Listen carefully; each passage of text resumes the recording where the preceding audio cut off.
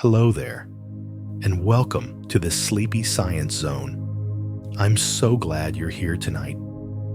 If you're settling into bed, softening into a pillow, or simply letting your thoughts drift after a long human day, consider this your small sanctuary, a quiet corner of the universe where science whispers, curiosity relaxes its shoulders, and your mind is allowed to unclench.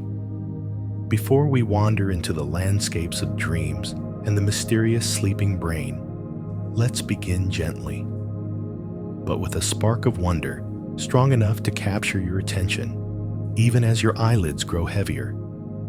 Here's the hook, the soft but irresistible thread that pulls you deeper. Right now, as you listen, your brain is already preparing a world that doesn't exist yet. A world made of electrical storms and memory fragments, emotions without names, and imagery your waking mind could never quite invent.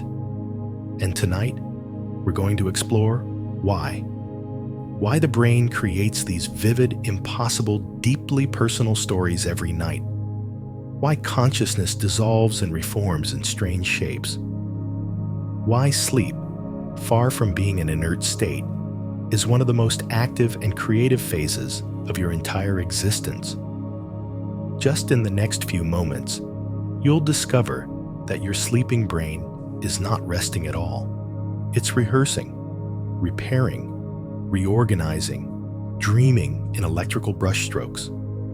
Neuroscientists have found that during REM sleep, the stage most rich with dreams, your brain can be as active as when you are awake. Entire networks ignite. The amygdala, glowing with emotional color. The visual cortex, painting scenes behind closed eyes.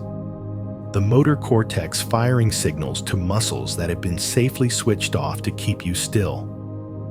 Meanwhile, the prefrontal cortex, the stern logical supervisor, goes quiet, like a parent stepping out of the room. And with that one silence, the brain becomes free to imagine without rules.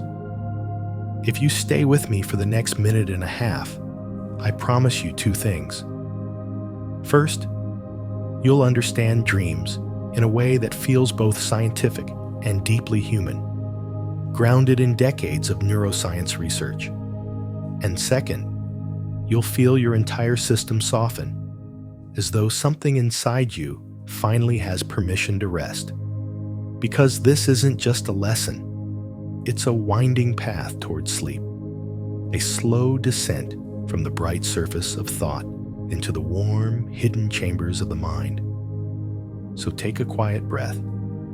Let the air expand your chest. Let it fall. With every inhale, you stay comfortably aware. With every exhale, just slightly closer to dreaming. Tonight, we'll explore why dreams feel real even when they're impossible. Why the brain rehearses emotions in the dark. Why ancient civilizations saw dreams as messages from the gods long before we learned to record brainwaves. And why modern neuroscience still can't fully explain where dreams come from, or why they hold such power. But for now, all you need to know is this. Your brain is about to tell you a story, and even if you don't remember it by morning, it will shape you in ways subtle and profound. So settle in. You're safe here. Let your thoughts drift like dust motes in a beam of moonlight. We're only at the beginning, and the dreaming mind has so much more to show you.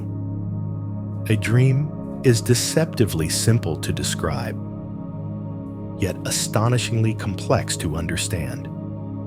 On the surface, it feels like a fleeting story, a parade of images, emotions, and sensations stitched together in ways that ignore physics, logic, and sometimes even common sense. But beneath that softness lies one of the most intricate cognitive events the human brain produces. Tonight, let's step carefully into that mystery, not to solve it entirely, but to appreciate its strange architecture. At its core, a dream is a self-generated simulation created by the sleeping brain. Neuroscientists define it as a sequence of conscious experiences that occur during sleep, primarily in REM, rapid eye movement, when your eyes flicker beneath closed lids as though watching scenes unfold on an invisible screen. During this stage, your brain's activity resembles wakefulness so closely that researchers once believed sleepers were secretly awake. Yet your body remains almost completely paralyzed, a protective mechanism called rematonia that prevents you from acting out the vivid narratives unfurling inside your head. The brain regions involved in dreaming form a patchwork of heightened and diminished activity. Emotional centers like the amygdala glow brightly, adding tension, fear, joy, or longing to dream scenes. Visual areas in the occipital lobe pulse with activity, constructing images as rich as waking perception. Meanwhile, the prefrontal cortex, master of logic and decision-making, quiets down.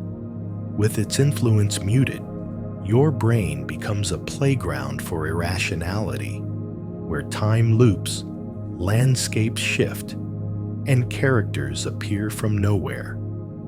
This neural imbalance explains why dreams feel emotionally true, but logically unhinged. Yet this odd state is not random. Some scientists argue that dreaming is a form of overnight therapy. During REM sleep, levels of norepinephrine, a stress-related neurotransmitter, drop dramatically, creating a neurochemical environment where emotionally charged memories can be processed without triggering the full intensity of fear or anxiety. It's as if the brain uses dreams to rehearse emotions in a safe, low-stakes simulation. You might relive an argument, lose something precious, or feel an overwhelming sense of running late. But inside the dream, you're protected from physiological stress responses that would overwhelm you while awake. Other researchers view dreams as a cognitive workshop. The memory consolidation theory suggests that the brain uses sleep to sort new information, strengthen connections, and prune unnecessary data. Think of it as a nighttime housekeeping shift. Some memories get stored, others discarded, and fragments woven into dream stories. This may explain why students often dream about exams, dancers dream of choreography, or gamers dream of digital worlds after long play sessions. The brain rehearses, integrates, and recombines. Yet dreams also wander far from daily life. They mix personal history with imagination, forming surreal scenes that feel both familiar and strange. Ancient civilizations interpreted dreams as messages from the gods. Freud famously believed they revealed hidden desires, while Carl Jung considered them windows into a collective unconscious filled with archetypes. Modern science is more cautious, but it still acknowledges the symbolic richness dreams often display. Whether or not they carry specific meaning, they undeniably reflect the brain's efforts to interpret itself. Perhaps that's the most intriguing part. Dreams blur the line between self and world. They are crafted entirely by your mind, yet they surprise you. They emerge from neural activity, yet they feel like stories unfolding on their own. Each night, even without your permission, the brain becomes an artist, a translator, a storyteller. So tonight, as we continue deeper into this journey, keep this image close. A dream is the brain looking inward and painting with thoughts instead of colors.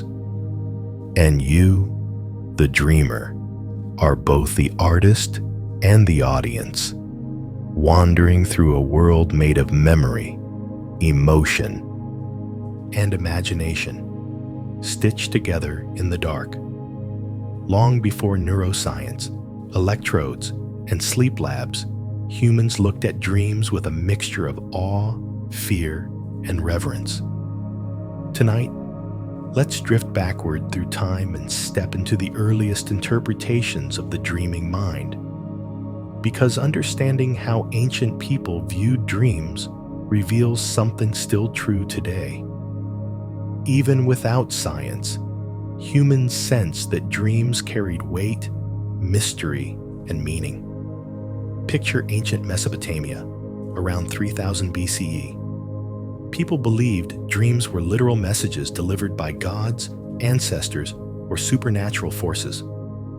Clay tablets from this era include some of the earliest recorded dreams, visions of floods, omens of war, and symbolic animals. These weren't considered personal fantasies, they were divine telegrams. Kings kept dream interpreters at their courts, and entire wars were influenced by whether a ruler dreamed of an eagle or a snake the night before battle. To dream was to receive guidance, whether requested or not. Travel to ancient Egypt, and dreaming becomes even more elaborate. Egyptians wrote dream books, manuals that listed hundreds of dream symbols and their possible meanings. A crocodile in a dream, danger; a cat, protection; a flood, renewal. They believed dreams were journeys of the soul, traveling beyond the body to visit other realms. Temples dedicated to healing, like those honoring Imhotep, even offered dream incubation, a ritual where people slept inside sacred spaces, hoping for divine messages of cure or prophecy. Then comes ancient Greece. Here, thinkers like Aristotle began to shift the narrative from divine to natural. Aristotle proposed that dreams came from within the dreamer, that the mind generated them as reflections of bodily sensations, emotions, and internal states. It was one of the first steps toward understanding dreams not as external messages, but as internal processes.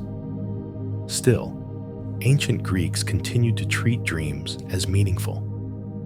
Temples of Asclepius, the god of healing, used dreams to diagnose illness. People slept in special chambers known as abaton, hoping to receive dream guidance for cures. Physicians would interpret these dreams as symbolic messages from the body, a fascinating blend of spirituality and early psychology. Fast forward to the early 20th century, where dreams enter a new chapter under the influence of Sigmund Freud. Freud believed dreams were the royal road to the unconscious, revealing hidden desires and conflicts. Though many of Freud's theories are outdated today, his impact on dream interpretation is undeniable. He encouraged people to look inward, to treat dreams as puzzles reflecting personal psyche. Carl Jung, Freud's student-turned-rival, expanded this idea into something even broader.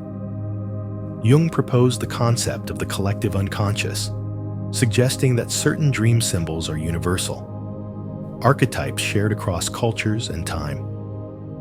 A wise old man, a shadowy figure, a journey. These motifs appear in many dreams because they arise from deep structures within the human mind, not just individual memory.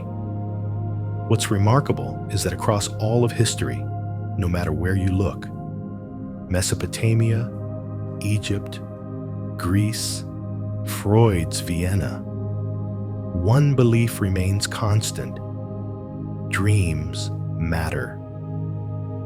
Humans have always sensed that dreaming isn't random noise, but a glimpse into something meaningful, whether spiritual, emotional, or cognitive. And while tonight we ground ourselves in scientific understanding, it's comforting to remember that dreaming connects us to every human who has ever lived.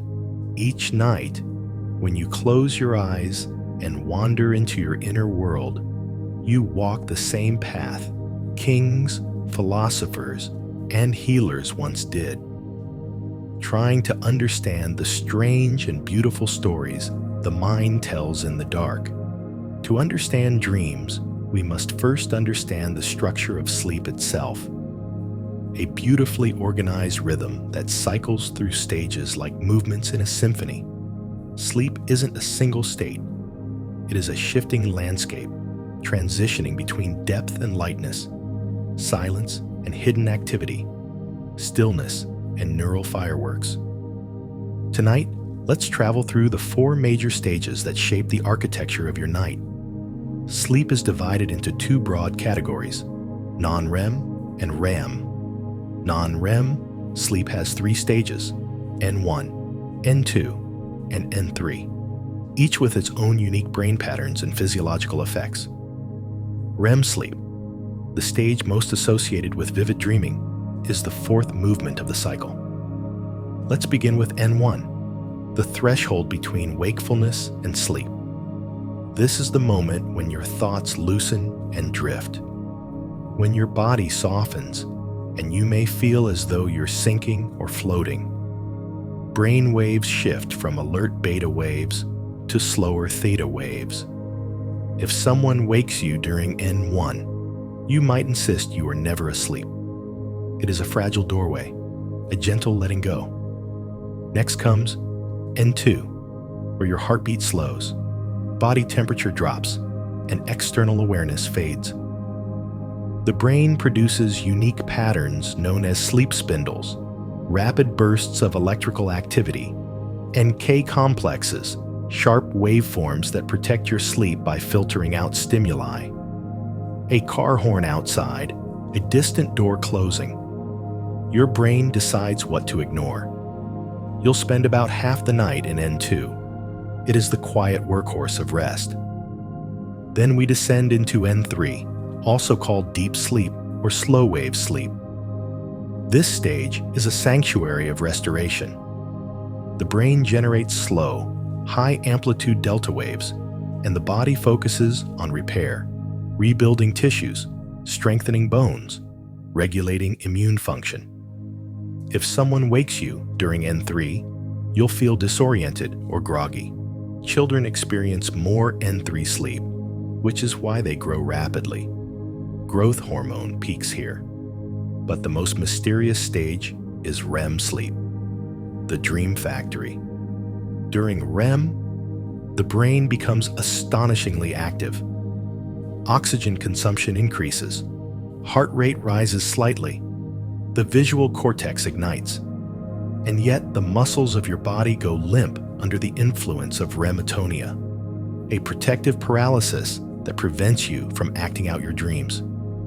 It is in this paradoxical state, brain awake, body asleep, that your most cinematic dreams unfold.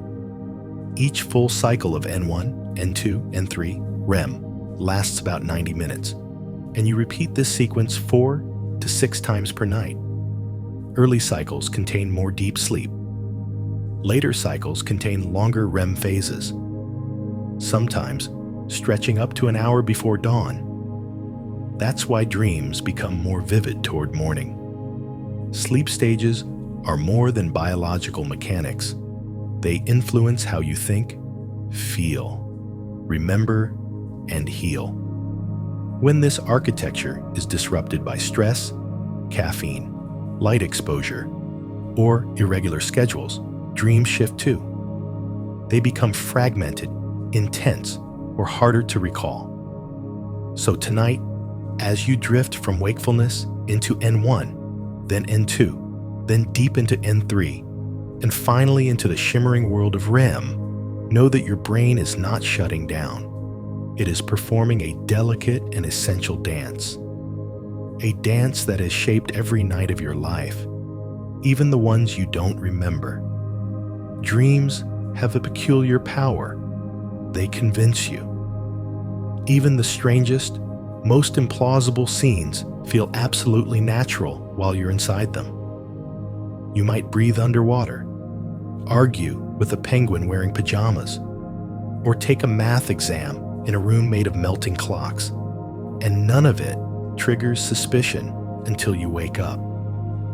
Why does the dreaming brain produce such vivid, immersive experiences? And why does your dream self accept them without question? The answer lies in the unusual neurochemical and structural landscape of REM sleep. During REM, the visual cortex becomes highly active, almost matching its activity when you're awake. This means your brain is generating imagery with the same neural machinery used for real perception. You're not imagining seeing something. You're seeing it internally, using the full power of your visual networks. Meanwhile, the amygdala, the brain's emotional amplifier, lights up intensely. This adds a layer of emotional realism. Fear feels like fear. Joy feels like joy. Even the subtle emotional tones, nostalgia, curiosity, longing, are amplified. This is why a calm, slow dream can feel profoundly meaningful, and why a nightmare can jolt you awake with your heart pounding. But here's the twist. The prefrontal cortex, responsible for logic, skepticism, and reality testing, goes mostly offline. During the day, this region questions inconsistencies and regulates judgment.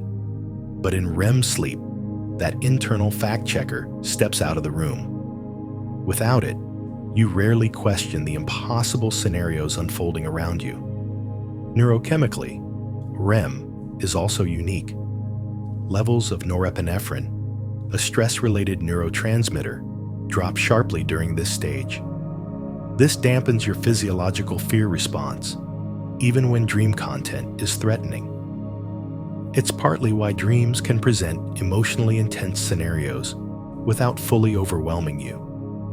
The amygdala creates the emotional narrative, but the body is buffered from panic.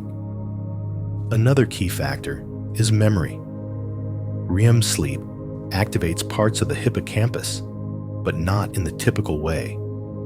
Memories are available as fragments, impressions, emotional traces. You don't recall events linearly. Instead, the brain samples bits and pieces, weaving them into a new narrative. This dream narrative feels coherent in the moment because your brain is improvising story logic, stitching together unrelated memories into a seamless experience. This improvisational storytelling uses the default mode network, a set of brain regions active during introspection, imagination, and mind wandering. When activated in REM, the brain becomes a film director with unlimited creative freedom and zero concern for continuity errors. All this neural activity produces a powerful illusion of reality. But there's another reason dreams feel so convincing. You experience them from a first-person perspective. The dreaming brain recreates body position, movement, and sensory signals using its internal maps. If you dream of falling, your brain simulates the sensation. If you dream of running, the motor cortex fires.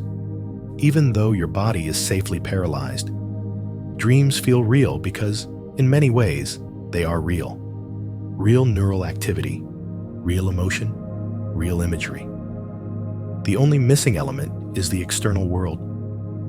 Your brain is crafting a universe from the inside out, a temporary reality with its own physics, rules, and atmosphere.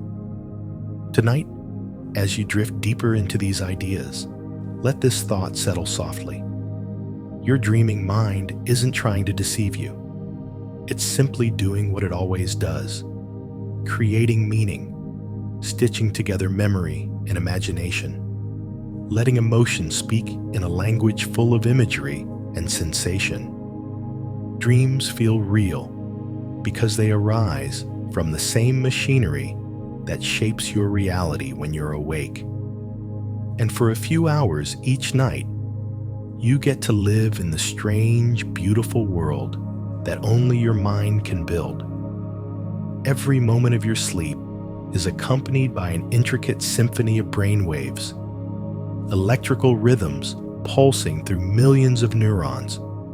These oscillations don't just mark the stages of sleep, they shape them. Each type of wave has its own tempo, its own purpose, and its own role in guiding you from wakefulness to dreaming. Tonight, let's follow these waves into the quiet architecture of the sleeping mind. We begin with beta waves, the fast, sharp rhythms associated with alertness and active thinking. When you're drifting towards sleep, beta waves fade, making room for alpha waves, slower and smoother, like ripples settling on a lake. Alpha waves represent relaxed wakefulness, the moment when your thoughts loosen and your attention softens. They're the final bridge between the external world and the internal world of sleep. As you enter N1 sleep, theta waves emerge.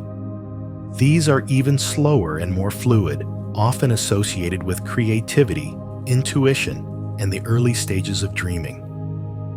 Theta waves carry you into a drifting state where thoughts blend into images and ideas transform into sensations. Many people experience hypnagogic imagery here, brief flashes of scenes or patterns that vanish as soon as they appear. In N2 sleep, brain activity becomes more structured. Theta waves dominate, but they are punctuated by sleep spindles, rapid bursts of activity lasting a fraction of a second, and K complexes, large, sharp waves that look like electrical signatures of silence. Spindles are believed to protect sleep by blocking out external stimuli, while K complexes may mark moments of memory consolidation. The brain is simultaneously shielding you from the world and strengthening what you learned during the day. As you descend into N3, the deepest stage, delta waves take over. Slow, high amplitude, and powerful, delta waves represent the brain at its most restorative. Here, the mind quiets its chatter. Growth hormone is released, cells repair, the immune system resets. Delta sleep is the foundation upon which physical healing is built, and without it, the body quickly begins to fray. Then comes REM sleep, where the waveform landscape changes again. REM is characterized not by slow waves, but by sawtooth waves, rapid and irregular, almost mimicking wakefulness. These patterns reflect the brain's intense internal activity, dreaming, emotional processing, creative recombination of memories. It's a storm of neural electricity behind closed eyes. Another fascinating component of REM is PGO waves, ponto-geniculo-occipital waves. These begin in the brainstem, travel through the thalamus, and reach the visual cortex. PGO waves are strongly associated with dream imagery. They may be the spark that ignites the visual theater of dreams. Some researchers even refer to them as the starting gun of the dream sequence. The entire night is guided by the ebb and flow of these waves. They rise and fall like tides, pulling you deeper into unconsciousness and then returning you gently to the edge of wakefulness. With each 90-minute cycle, the ratios shift. Early cycles offer more delta sleep for healing. Later cycles extend REM for dreaming. This rhythm is ancient, built into your biology from birth. Even newborn infants show REM-like activity, suggesting that dreaming may help the developing brain grow its networks. And as adults, we depend on these waves for memory, emotional balance, creativity, and mental clarity. So tonight, as you drift into sleep, imagine your brain as an ocean, waves rising, breaking, and dissolving in perfect rhythm. And somewhere within that ocean, a dream is waiting to surface. Every night, While your body rests quietly, your brain performs one of its most remarkable acts. It reaches into the vast library of your memories, pulls fragments from the shelves, and weaves them into the fabric of dreams. Tonight, let's step into this memory workshop, where yesterday's moments, childhood echoes, and long-forgotten impressions swirl together to create the stories you experience while sleeping. You might assume dreams simply replay events from your day, but the truth is more intricate.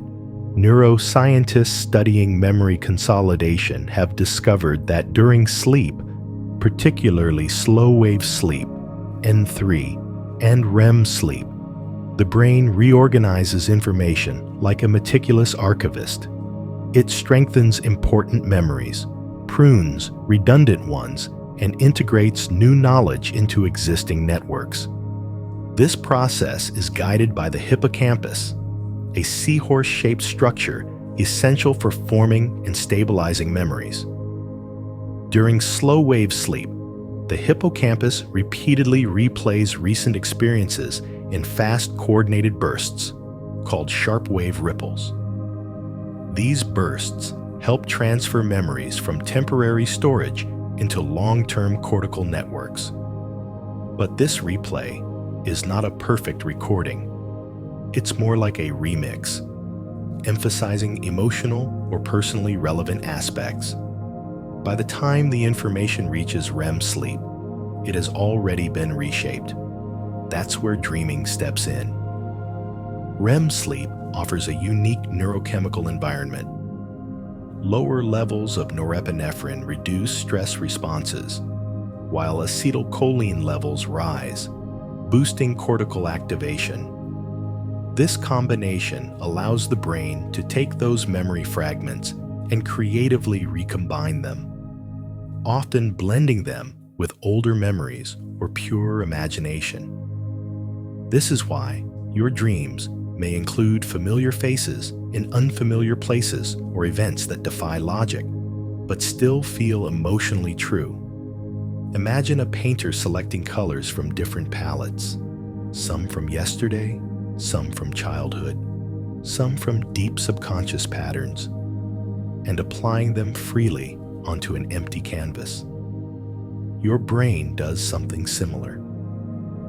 A conversation from the afternoon might merge with a scene from a childhood vacation. A song you heard briefly could appear in a dream as a full emotional experience. Even memories you can't consciously recall might leave faint footprints in your dreams. Studies with rodents provide compelling evidence. When rats run through a maze during the day, their hippocampal neurons fire in specific sequences. Later, during sleep, researchers detect those same sequences replaying, almost as if the rat is running the maze again, but faster, compressed into milliseconds.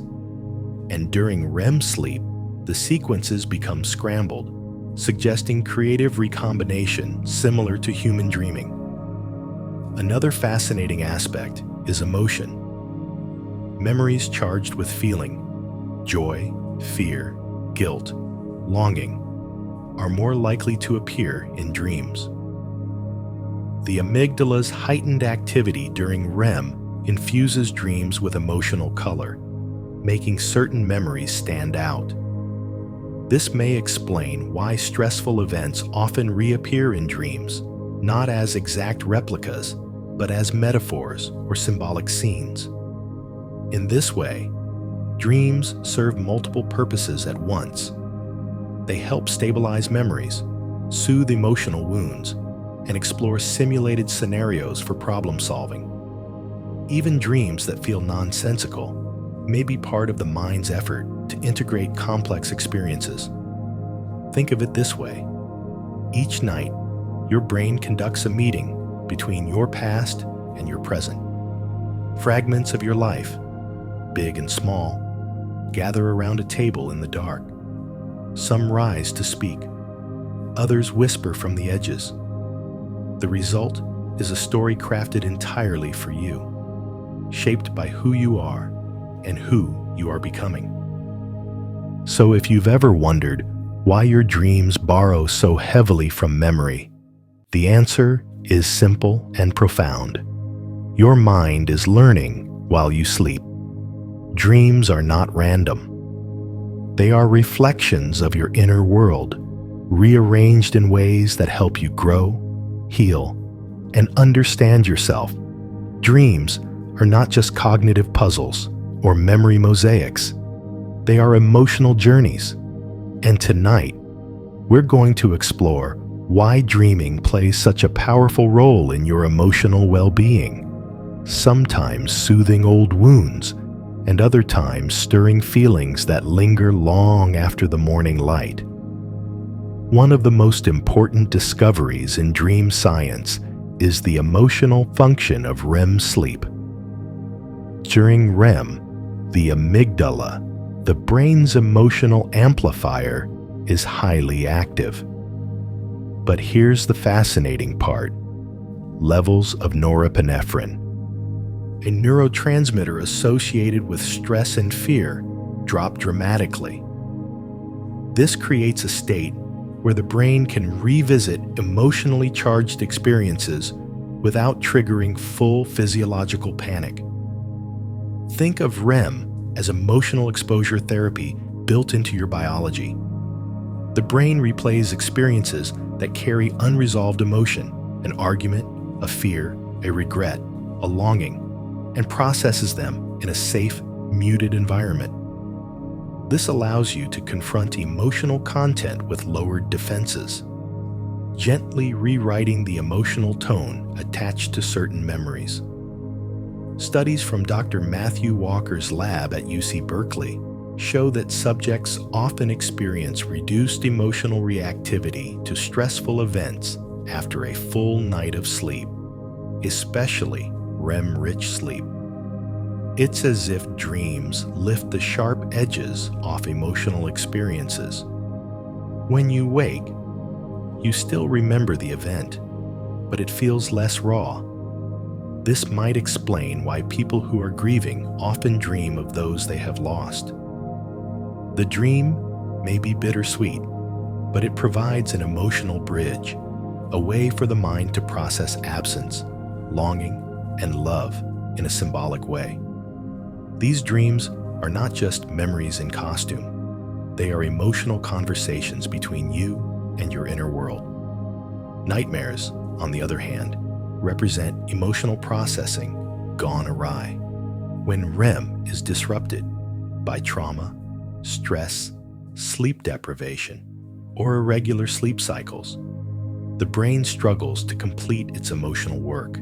The amygdala fires intensely, while the calming effects of REM are impaired, leading to dreams filled with fear. However, even nightmares can serve a function. They signal to the waking mind that certain emotional wounds need attention. Another fascinating clue lies in children who experience more REM sleep than adults. Their worlds are emotionally intense, full of new experiences and developing identity. REM may help them learn to regulate big feelings and practice social and cognitive skills in a dream-simulated environment. Even creative problem-solving may be tied to emotional processing. When your mind is unhindered by waking logic, it can approach emotional challenges from new angles, leading to insights that feel surprising but true. Imagine your dreams as a therapist who speaks in images instead of words. A dream doesn't say, "You're anxious about change." Instead, it might place you in an airport with no luggage or show you missing a train. A dream doesn't say, "You miss someone." It might let you sit with them on a quiet bench at dusk, not to relive the past, but to feel through its meaning. So tonight, as your mind drifts through waves of REM, it will hold your emotions with gentle hands, not erasing them, but softening them, integrating them, helping you carry them with more ease. In this way, dreams are not just stories. They are emotional landscapes that help you heal, slowly, quietly, night after night. When you close your eyes and drift into sleep, something remarkable happens. Your sense of self loosens. You still exist in the dream, but the boundaries blur. You become both the observer and the protagonist, the narrator and the character, slipping between perspectives without noticing. To understand why this happens, we need to explore a powerful and mysterious brain system called the default mode network, DMN. The default mode network is active when you are not focused on the outside world. When your mind wanders, when you daydream, when you imagine the future or revisit the past. It includes regions such as the medial prefrontal cortex, posterior cingulate cortex, and angular gyrus. During wakefulness, the DMN is the seat of self-reflection, internal narrative, and autobiographical memory. It is, in many ways, the neurological home of your inner voice. But during REM sleep, the DMN behaves differently. The medial prefrontal cortex, which is heavily involved in self-critique and logical evaluation, becomes less active. The posterior cingulate cortex, however, associated with imagery, emotion, and internal storytelling, remains active, sometimes even more active than when awake. This imbalance allows your sense of self to become fluid. The rigid boundaries that define you in waking life loosen, permitting identity shifts, perspective changes, and symbolic representations. This altered DMN activity also explains why dreams feel deeply personal, yet strangely impersonal at the same time. You may dream of things you've never experienced, but they feel emotionally true. You may encounter exaggerated versions of yourself. You may become an observer of your own dream. You may even switch roles mid-dream, inhabiting someone else's point of view. Without the usual constraints of the prefrontal cortex, your DMN becomes a wandering storyteller, not concerned with chronological order, realism, or consistency. It prioritizes emotional salience over logic, symbolism over literal meaning, and fluid identity over fixed narrative. Interestingly, research using fMRI scans shows that the DMN's activity during REM resembles its activity during creative tasks while awake. Artists, writers, and musicians often describe entering a mental state where ideas flow freely without internal censorship. Dreaming appears to tap into this same reservoir of spontaneous creativity. Another clue lies in studies of psychedelic substances like psilocybin and LSD. These substances temporarily disrupt the DMN, causing boundaries of self to dissolve and imaginations to expand. The parallels between psychedelic states and dreaming are striking. Both involve vivid imagery, emotional intensity, symbolic meaning, and permeable sense of self. Some neuroscientists propose that dreaming may be the brain's natural, nightly form of psychedelic experience, generated internally rather than chemically. But the DMN doesn't just shape the content of dreams. It may play a role in the purpose of dreaming. By loosening the rigid contours of selfhood, dreams allow you to rehearse alternate versions of yourself, bolder, quieter, more fearful, more curious. You explore emotional and psychological possibilities without the constraints of identity. In this way, dreams serve as a sandbox for the self, a safe simulation where you can experiment with different roles, confront fears, revisit memories, and imagine futures. The dreaming self is not the waking self, But it is not separate either. It is a reflection, a distortion, a deep echo. Tonight, as you drift into REM, your DMN will carry you into stories shaped not by logic, but by something older and more intuitive, the emotional truth of who you are. One of the strangest features of dreams is their indifference to the laws of reality. You might walk through walls, breathe underwater, speak to animals, or teleport from city to city without questioning it. The sun may set in the north, gravity may reverse itself, and characters may change identities between sentences. Yet your dream self accepts everything calmly, as though these impossible events were completely normal. Why does the logic of dreams feel so loose, so flexible, so beautifully nonsensical? The first reason lies in the prefrontal cortex, the region responsible for judgment, planning, reasoning, and reality testing. During REM sleep, this area becomes significantly less active.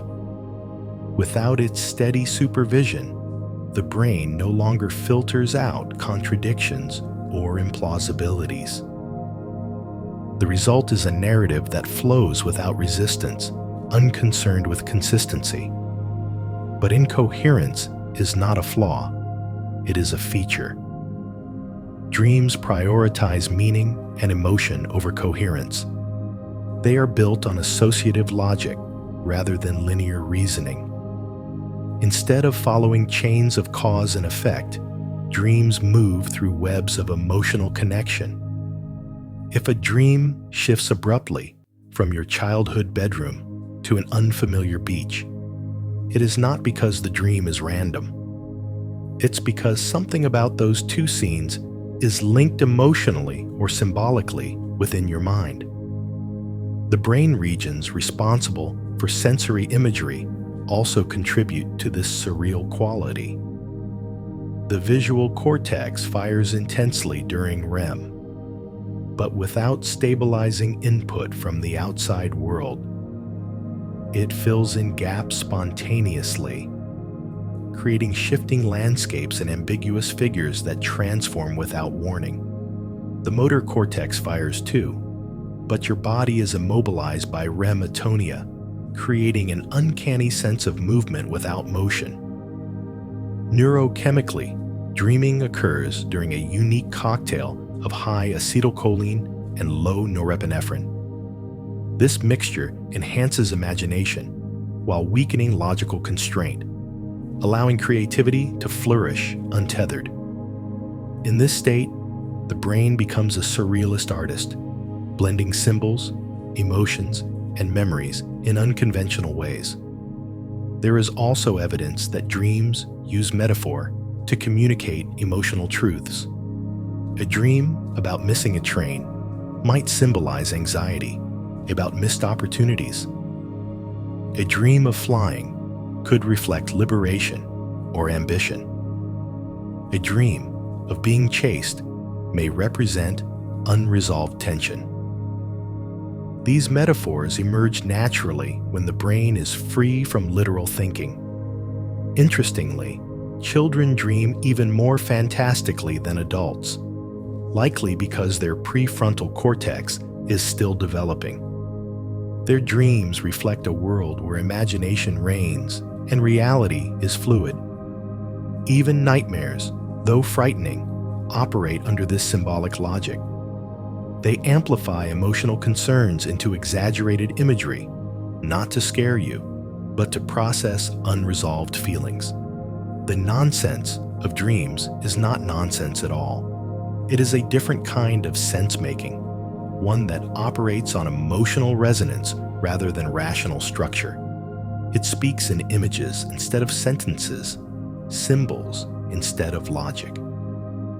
So the next time you find yourself floating above a glowing city or talking to an old friend who suddenly becomes a bird, remember, your brain isn't malfunctioning. It's telling you a story in the language of dreams, a language older than words, built from emotion, memory, and imagination intertwined. Let yourself drift into that language tonight with no need to interpret, correct, or judge. Dreams know what they are doing, even when they make no sense at all. Even the most peaceful sleepers occasionally wander into the shadowed corners of the dream world, places where fear sharpens, scenes darken, and the mind conjures threats that feel terrifyingly real. Nightmares are unsettling, but they are not glitches. They are signals. They are emotional messages carried in dramatic imagery, emerging from deep neural processes shaped by stress, memory, and survival instincts. To understand nightmares, we need to revisit the emotional landscape of REM sleep. As we've explored, the amygdala, the brain's emotional amplifier, becomes intensely active during REM. It adds vivid emotional coloring to dreams, especially fear. Meanwhile, the prefrontal cortex, which normally reins in those emotions with logic, takes a step back. Without its moderating influence, the amygdala's activity can dominate, allowing fear-based narrative patterns to unfold freely. Nightmares often emerge when the emotional processing system becomes overloaded. Stress, trauma, anxiety, and sleep deprivation can all contribute. When REM sleep is fragmented, broken into shorter, unstable segments, the brain has a harder time fully processing emotional memories. It's like trying to finish a sentence while someone keeps interrupting you. The emotional material becomes stuck, reactivating again and again in dream form. For many people, nightmares repeat themes: being chased, falling, losing someone, failing to escape danger. These themes are universal because they tap into ancient circuits of survival. Our ancestors needed to practice fear responses to survive in a world of predators and uncertainties. Some scientists propose that nightmares may be a modern expression of that evolutionary rehearsal system, helping the brain simulate threats safely. Trauma-related nightmares follow a different pattern. In conditions such as PTSD, nightmares can replay aspects of traumatic events with intense emotional force. Here, the neurochemical state of REM is disrupted. Norepinephrine levels fail to drop sufficiently, so the emotional charge remains too high for effective processing. Instead of soothing the memory, the dream intensifies it. Treatments like imagery, rehearsal therapy, IRT, aim to rewrite these nightmares, teaching the brain to create safer dream scenarios. But even ordinary nightmares have value. They highlight unresolved tension, unspoken fears, and emotional needs that waking consciousness may avoid. After a nightmare, people often feel relief, not because the dream was pleasant, but because it released emotional pressure. In some cases, nightmares nudge us toward reflection or change. The mind is telling a story we need to hear. Interestingly, nightmares are most vivid during late-night REM cycles, when REM periods are longest. These cycles occur when the brain is already saturated with the emotional and memory material accumulated throughout the day. This may be why stressful periods in life produce more intense dreams. Your brain is working overtime to manage emotional load. Children experience frequent nightmares because their brains are still learning to regulate fear. Their amygdala responds strongly, while their prefrontal cortex is still developing logical control. As children grow, nightmares often diminish. You may wonder, if nightmares are so frightening, why doesn't the body react physically? The answer lies in REM atonia, the temporary paralysis that prevents you from acting out your dreams. Without this safety mechanism, nightmares could cause dangerous movements. Even so, the heart can race, breathing can quicken, and cortisol can spike briefly. Remnants of the ancient fight-or-flight system activating in simulation. The beauty and paradox of nightmares is this: the very experience that frightens you is also part of the healing process. A nightmare is not your enemy. It is a messenger with a torch, illuminating something that needs attention, integrating emotional weight that waking life has not yet resolved. Tonight, should a dream turn dark, remember this truth: you are safe. You are in the realm of the mind's emotional rehearsal, where shadows exist only to be understood and transformed. Most dreams carry you along like a passenger in a story written by someone else, but occasionally something extraordinary happens. In the middle of the dream, a spark of awareness flares. You realize, wait, this is a dream. And with that realization, the entire experience shifts. Welcome to the world of lucid dreaming, a rare state where consciousness and dreaming meet. Lucid dreaming is not simply knowing you are dreaming.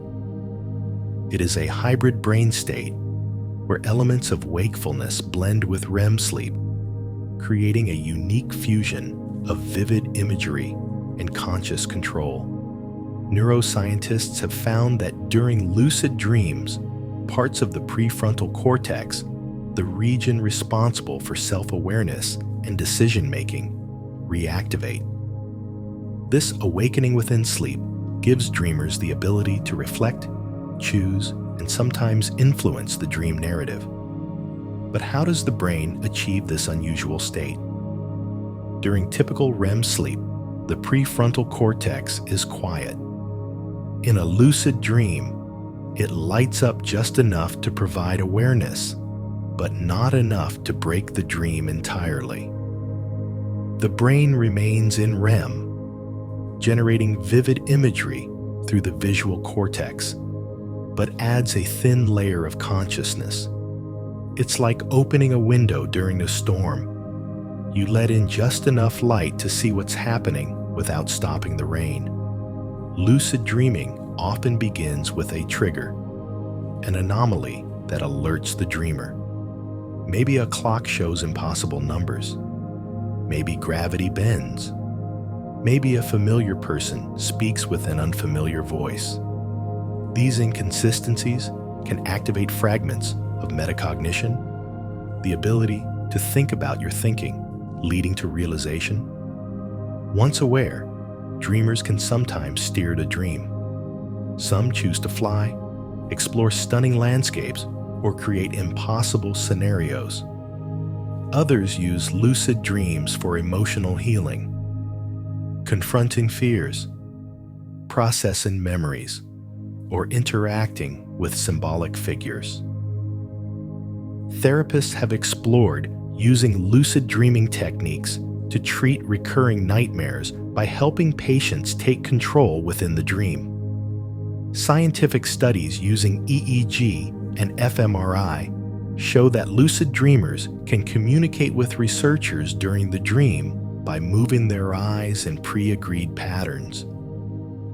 Because eye muscles are not paralyzed during REM, dreamers can signal awareness from inside the dream, a revolutionary discovery that confirmed lucid dreaming as a measurable, controllable phenomenon. Training the mind to lucid dream is possible.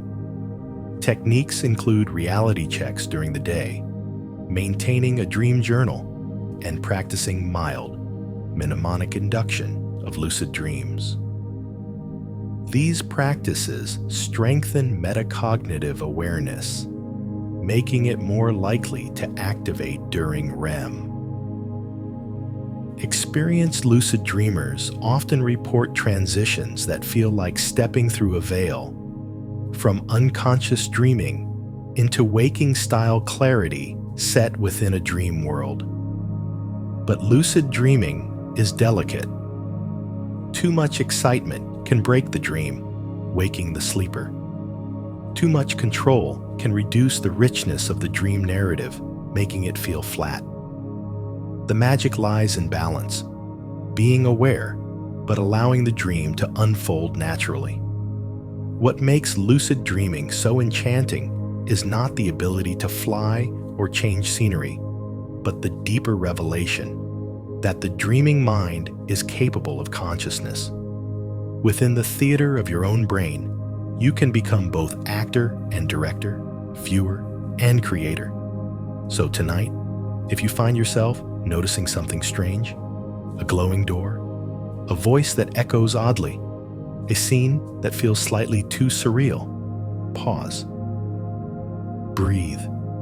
You might be standing on the threshold of lucidity, a rare invitation into the hidden workshop of your dreaming self. Every night, while you lie still in the dark, your brain performs a quiet choreography more intricate than any concert, more precise than any clock. This choreography is the sleep cycle, a repeating sequence that carries you through shallow rest, deep restoration, vivid dreaming, and back again. If dreams are the stories your brain tells in the dark, then sleep cycles are the stages on which those stories unfold. Most people imagine sleep as a steady descent into unconsciousness, but biology tells a richer tale. Sleep is structured, rhythmic, and astonishingly dynamic. The human brain moves through 90-minute cycles, each composed of several distinct stages: N1, N2, N3, and REM sleep. Over the course of a night, you drift through 4 to 6 of these cycles, each subtly different from the last. It begins with N1, the gateway. Your muscles relax, your thoughts dissolve, and your awareness loosens its grip. Brain waves shift from active beta and alpha rhythms into slower theta waves. Hypnic jerks, those sudden falling sensations, often occur here, remnants of an ancient reflex system protecting early humans sleeping in trees. This stage lasts only a few minutes, but it marks the edge of waking consciousness. Then comes N2, light sleep, where you spend nearly half your night. Brain activity becomes punctuated by sleep spindles, brief bursts of 12-15 Hz oscillations, and K-complexes, massive voltage spikes that look like electrical avalanches on EEG recordings. These features act as gatekeepers, shielding the sleeping brain from external noise. A slammed door or distant siren might stir you, but thanks to spindles, it may not fully wake you. Scientists believe N2 is crucial for memory and learning, particularly for integrating new motor skills. Next is N3, deep sleep, the realm of delta waves, huge, slow oscillations that sweep across the cortex like ocean tides. This is the most restorative stage.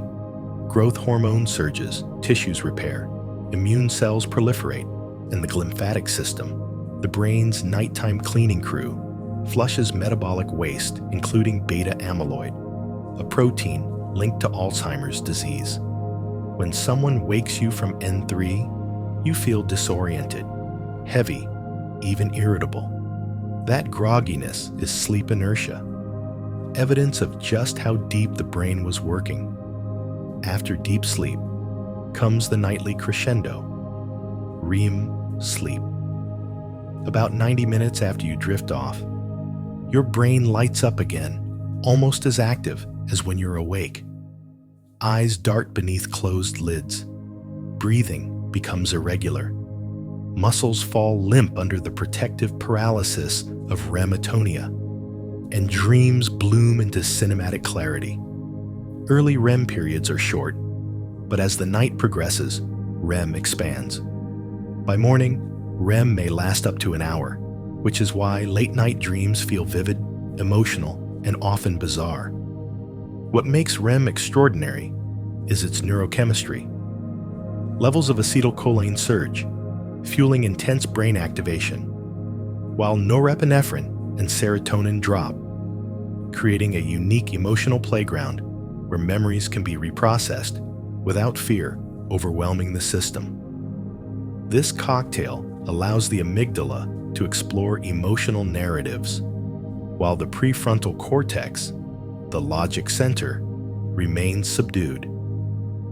It's the perfect recipe for creativity, surreal imagery, and symbolic storytelling. But sleep architecture isn't static. Stress, caffeine, alcohol, blue light, irregular schedules, all can distort the cycle. Lose deep sleep, and your body feels unrefreshed. Lose REM, and your emotional resilience weakens. Sleep is not just rest.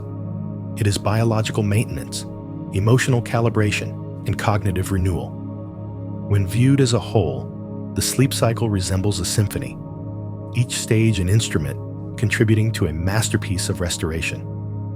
Light sleep prepares, deep sleep repairs. REM sleep rewires and imagines. Each stage is essential, and together they form the foundation of mental clarity, emotional balance, and physical health.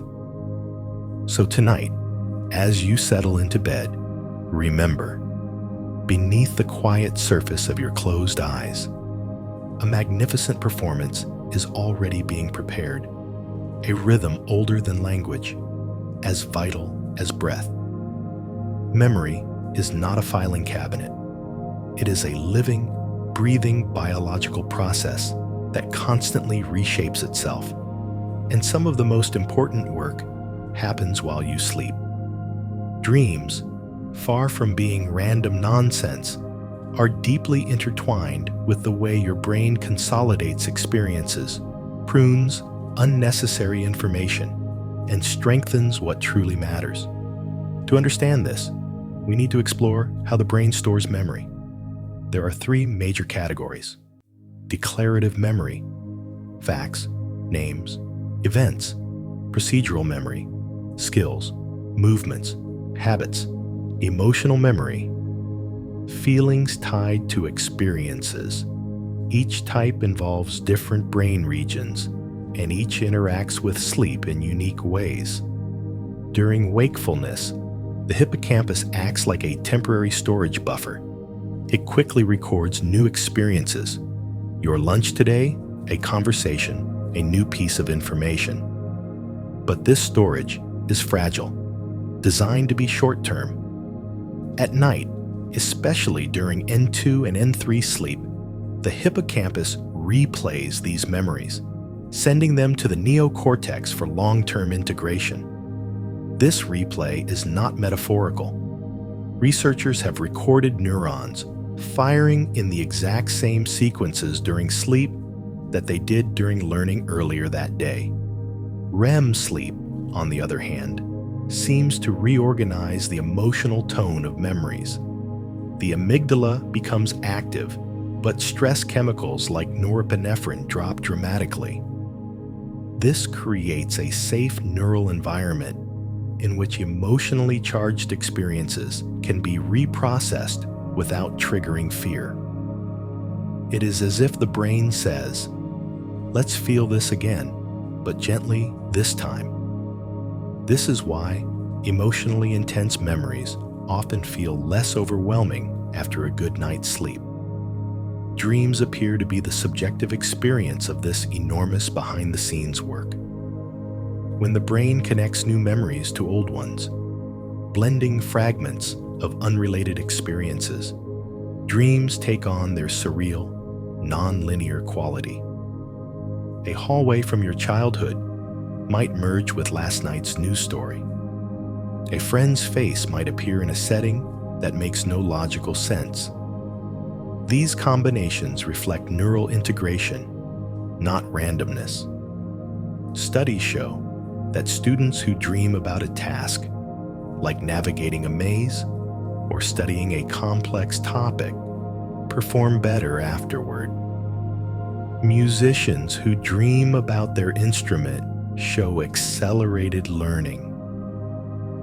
Athletes who visualize and dream about movement strengthen their motor pathways. The brain does not perfectly distinguish between imagined and physical experience. Both shape neural architecture. Even more fascinating is synaptic pruning, the brain's nightly minimalist project.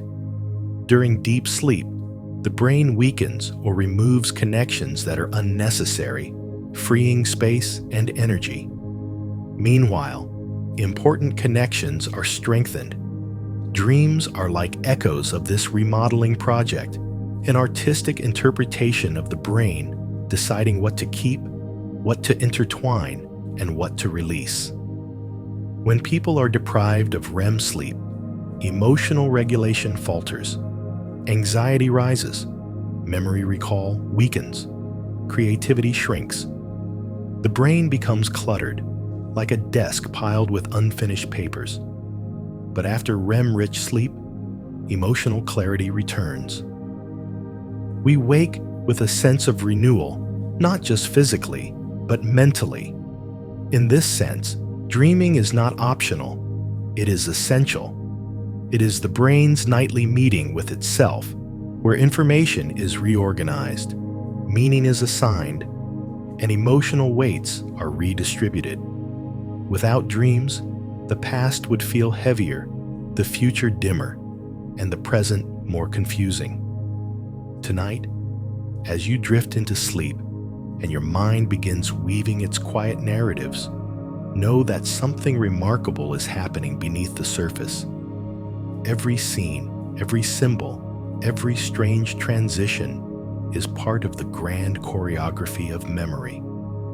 Your brain tending its inner garden, nurturing what matters and gently letting go of what no longer serves. Dreams have a strange power. Even when they dissolve the moment you open your eyes, while they're happening, they feel real. You run from danger and your heart races.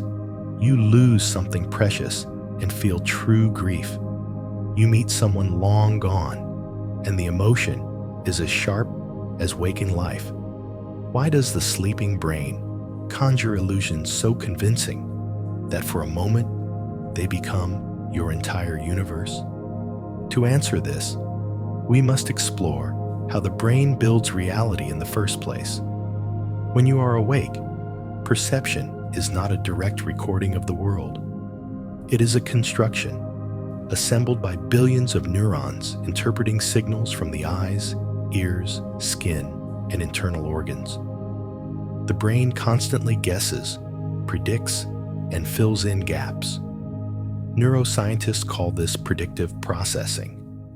The idea that the brain doesn't just receive reality, it creates it based on expectations and past experience. And during dreaming, the brain uses the very same machinery.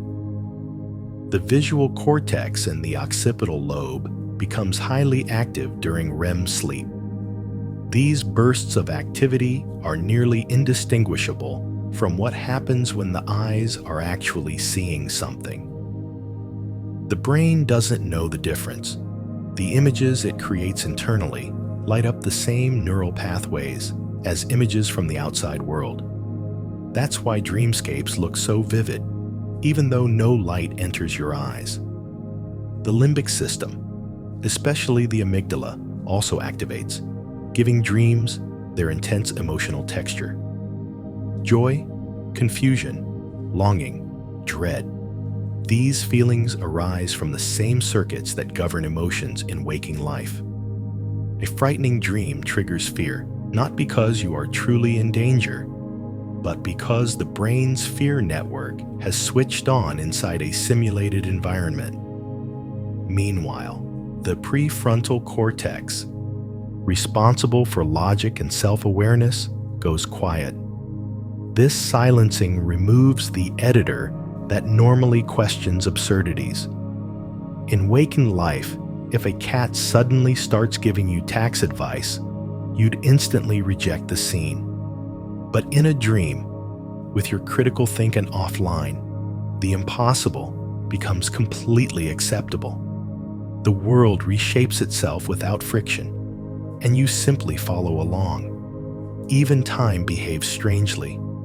The brain's internal clock becomes erratic during REM sleep, contributing to the elastic, non-linear pace of dream narratives. Hours can pass in seconds. Entire storylines can unfold between blinks. Neuroscientists believe this distortion happens because the parietal cortex, which helps track time and spatial awareness, behaves inconsistently during dreaming. Another reason dreams feel real is immersion. Your attention is fully absorbed by the dream environment because the brain shuts out external stimuli. During deep REM periods, the thalamus, the brain's sensory gatekeeper, filters incoming signals from the outside world. Only the internal sensory generator remains active. In essence, the brain locks the doors to waking reality and lets its own theater take the stage. This neurological trapping is why a dream argument can leave you upset hours after waking, or why a dream victory can give your entire morning a surge of confidence. The emotional brain doesn't distinguish between real and imagined experience. If the neural signature of an emotion is activated, the feeling is authentic, regardless of the source. But perhaps the most profound reason dreams feel real is this: your sense of self remains engaged. Even when the dream is chaotic or nonsensical, you experience it from the inside. You have a perspective, a presence, a continuity. This is because the default mode network, a set of brain regions involved in constructing your sense of identity, stays partially active. So even when the world around you shifts, you remain anchored within it. The brain creates dreams using the same tools it uses to create reality. And so the illusion becomes indistinguishable from truth, at least momentarily. As you lie in bed tonight, remember this: reality is not just what your eyes see, it is what your brain interprets. And in dreams, the interpreter works alone, painting ephemeral worlds that feel as solid as waking life, even though they are made of nothing more than neural sparks and imagination. In that sense, dreaming is the most intimate form of storytelling, a nightly reminder that your brain is capable of extraordinary illusion. For thousands of years, humans have tried to decode dreams as if they were cryptic messages from beyond, omens, prophecies, warnings, or reflections of inner truth. Ancient Egyptians kept dream manuals. Greek philosophers believed dreams bridge the human and divine. Freud saw them as access points to hidden desires. Jung imagined them as expressions of archetypes buried in the collective unconscious. Modern neuroscience is more cautious, but it doesn't dismiss symbolism. In fact, it offers a new understanding of why dreams feel metaphorical, symbolic, or strangely meaningful. Dreams often compress experiences into a form of neural shorthand. Rather than replaying events exactly, the brain extracts emotional or conceptual themes and expresses them through images. If you're anxious about a work deadline, you may dream of being late to an exam. If you fear losing control, you might dream of falling. If you feel unheard, you might dream of trying to shout but producing no sound. These recurring motifs are not universal prophecies. They are cognitive metaphors. The brain excels at metaphor because it excels at association. During REM sleep, the hippocampus and neocortex freely exchange information, generating combinations that do not appear in waking life. This free-flowing exchange creates symbolic relationships. One emotion, represented by a character. One memory, represented by a landscape. Jungian archetypes, like the shadow, the wise old man, or the great mother, may arise not because the universe is sending messages, but because the brain draws from deep evolutionary patterns. For example, dreaming of being watched may activate ancient survival circuits tied to predators. Dreaming of journeying may reflect the brain's default narrative mode: movement, progression, exploration. Neuroscience also shows that dreams amplify emotion by activating the amygdala and deactivating regulatory circuits. This emotional distortion makes symbols feel profound, not because they predict the future, but because they mirror your internal landscape. Yet dreams don't always revolve around symbolism. Sometimes they are just fragments, scenes built from sensory leftovers, a song you heard, a scent from childhood, a face glimpsed in a crowd. The brain recombines these fragments because it is trying to integrate memory traces into a larger network. The resulting imagery feels symbolic even when it isn't intended to be. But sometimes, dreams do offer psychological insight, not because they are mystical codes, but because they reveal what the brain is prioritizing emotionally. If a certain theme repeats, failure, pursuit, abandonment, growth, it may signal an unresolved concern. Therapists often use dream content not as a map of the unconscious, but as a reflection of emotional processing.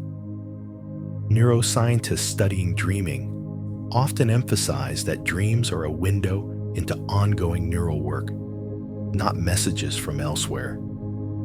Yet they can still feel meaningful, and in many ways, they are. Meaning is not imposed by the dream. It is co-created by the dreamer.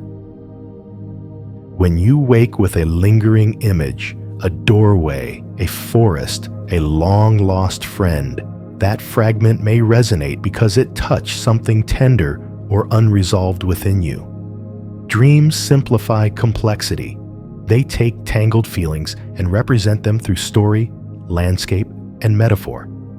Tonight, remember this: your dreams speak in the language of association, not prophecy. They are poems written by neural circuits, metaphors woven by emotion, symbols shaped by memory. If you listen, not for predictions, but for reflections, you may find that dreams are less about decoding the future and more about understanding the present. Most dreams drift softly, like quiet scenes painted in the dim light of REM sleep. But sometimes, the brain turns sharp and loud. It summons fear with startling clarity, constructs danger out of memory and imagination, and sends the dreamer jolting awake with a racing heart. These intense emotional storms are nightmares, one of the most dramatic expressions of the sleeping mind. But what exactly separates a nightmare from a normal dream? Neuroscience tells us that nightmares occur primarily during REM sleep, the same stage responsible for vivid, cinematic dreaming. But unlike typical REM dreams, nightmares activate the amygdala, the brain's emotional alarm system, at unusually high levels. This heightened activation intensifies fear, shame, panic, or helplessness. Meanwhile, the prefrontal cortex, the part of the brain that usually keeps emotion in check, remains largely offline. Without its stabilizing influence, fear spirals freely. The content of nightmares is not random. Researchers have found that nightmare themes often fall into predictable categories: being chased, falling, failing, losing a loved one, being trapped, facing an overwhelming task. These themes reflect underlying emotional pressures. They are psychological metaphors for stress, uncertainty, or unresolved conflict. When life's burdens grow too heavy, the brain may amplify them in the dream world, transforming subtle anxieties into symbolic danger. Nightmares also serve a purpose. Some scientists believe they are part of the brain's emotional regulation system, a way to rehearse fear responses in a safe context. This is known as the threat simulation theory. According to this model, nightmares allow the brain to practice survival strategies without real-world consequences, like a training ground for danger. But when nightmares become frequent or repetitive, they can disrupt sleep and well-being. This condition, known as nightmare disorder, is especially common among people with trauma histories or high stress. In PTSD, nightmares often replay traumatic events with painful accuracy. Instead of soothing emotional wounds, the dream repeats the injury, preventing healing. Therapies such as imagery rehearsal therapy, IRT, help break this cycle. Patients rewrite the narrative of their nightmare while awake, altering the ending, reducing the threat, or shifting the perspective, and then mentally rehearse the new version. Over time, the dream changes. The emotional charge weakens. The brain learns a different story. Nightmares also differ from night terrors, which occur during deep non-REM sleep. In night terrors, the dreamer may scream, thrash, or bolt upright, appearing terrified but not truly conscious. Children experience them more often than adults, and they rarely remember anything afterward. Night terrors are rooted in abrupt arousal from deep sleep, not narrative dream content. Even more mysterious is sleep paralysis, a liminal state where the mind wakes but the body remains frozen under REM atonia. During this moment of immobility, the brain may produce vivid hallucinations, shadowy figures, pressure on the chest, whispered sounds. Historically interpreted as supernatural encounters, sleep paralysis is simply a mismatch in timing between mental awakening and physical control. It is frightening, but harmless. Why does the brain create such unsettling experiences? Perhaps because fear is one of the most ancient human emotions, deeply woven into our neural circuitry. The dreaming brain, freed from physical constraints, explores this terrain with dramatic intensity. Yet nightmares can also illuminate the self. They show what the waking mind avoids, what the heart suppresses, what the memory cannot quietly file away. They are shadowed reflections of the psyche, rendered in emotional color. And though they frighten, nightmares remind us of something profound, that the brain is always working, always processing, always trying to make sense of the world, even in the dark. Tonight, if a nightmare comes, know this: it is not a punishment or a prophecy. It is your brain trying, in its own intense and clumsy way, to protect you. If nightmares represent emotional storms, then ordinary dreams are the quieter conversations happening beneath them, gentle, subtle, and profoundly important. While the body rests, the mind reflects. It revisits moments from the day, replays conflicts, softens emotional edges, and reorganizes feelings that were too tangled to address while awake. In this sense, dreams act as a nightly form of emotional therapy. During REM sleep, something extraordinary happens. Stress chemicals drop dramatically, Norepinephrine, the neurotransmitter responsible for triggering physiological fear responses, reaches its lowest concentration of the entire day. With emotional intensity dialed down, the brain can safely revisit difficult memories without the overwhelming panic or sadness they once carried. This combination, vivid memory reactivation with reduced emotional charge, is the perfect environment for healing. Scientists call this process emotional memory reconsolidation. It's as if the brain takes troubling memories, places them under soft lighting, and rewrites the emotional context around them. This may explain why people often wake from dreams about stressful topics, feeling calmer or more resolved. The dream didn't erase the memory, but it changed its weight. The amygdala plays a central role here. During waking life, it responds to threats with lightning speed. But during REM sleep, it behaves differently, active, yet less reactive. It processes emotions, but doesn't launch the full fight-or-flight response. This is emotional rehearsal, not emotional emergency. Meanwhile, the hippocampus retrieves relevant fragments, faces, locations, tones of voice, and the neocortex weaves them into dream narratives. These narratives are symbolic, metaphorical, or surreal because the brain is not concerned with literal accuracy. It is concerned with meaning, connection, and emotional integration. This is why people experiencing grief often dream about the person they lost. The dream may not depict real memories.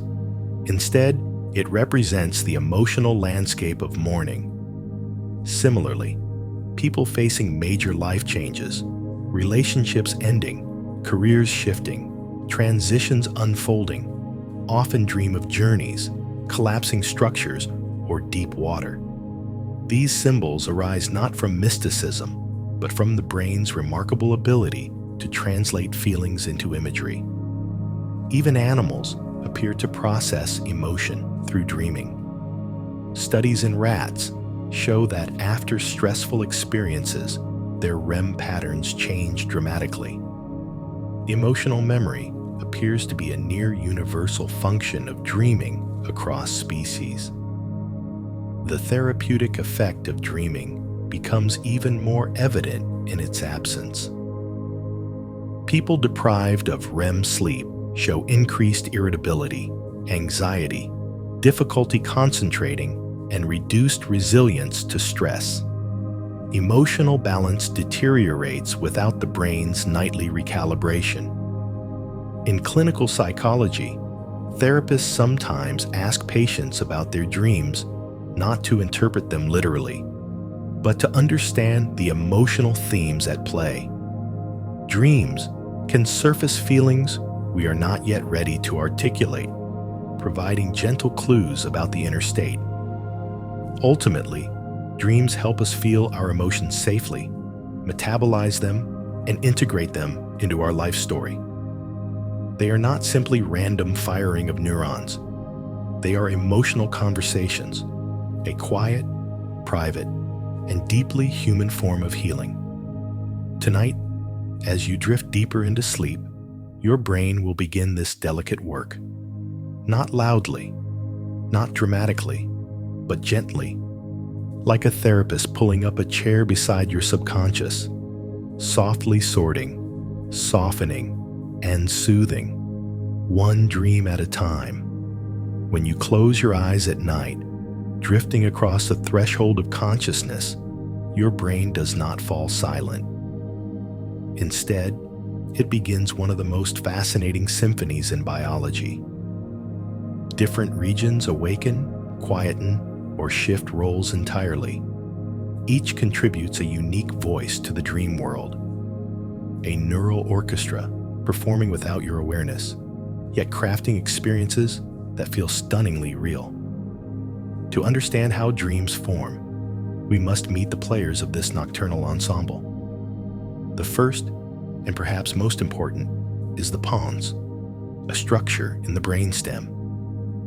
The pons generates the rapid bursts of activity that initiate REM sleep, like the conductor raising the baton.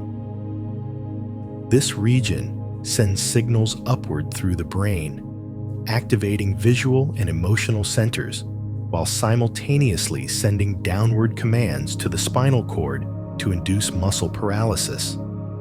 This dual function, igniting vivid imagery while keeping the body still, is essential for dreaming. Without it, we would act out our dreams.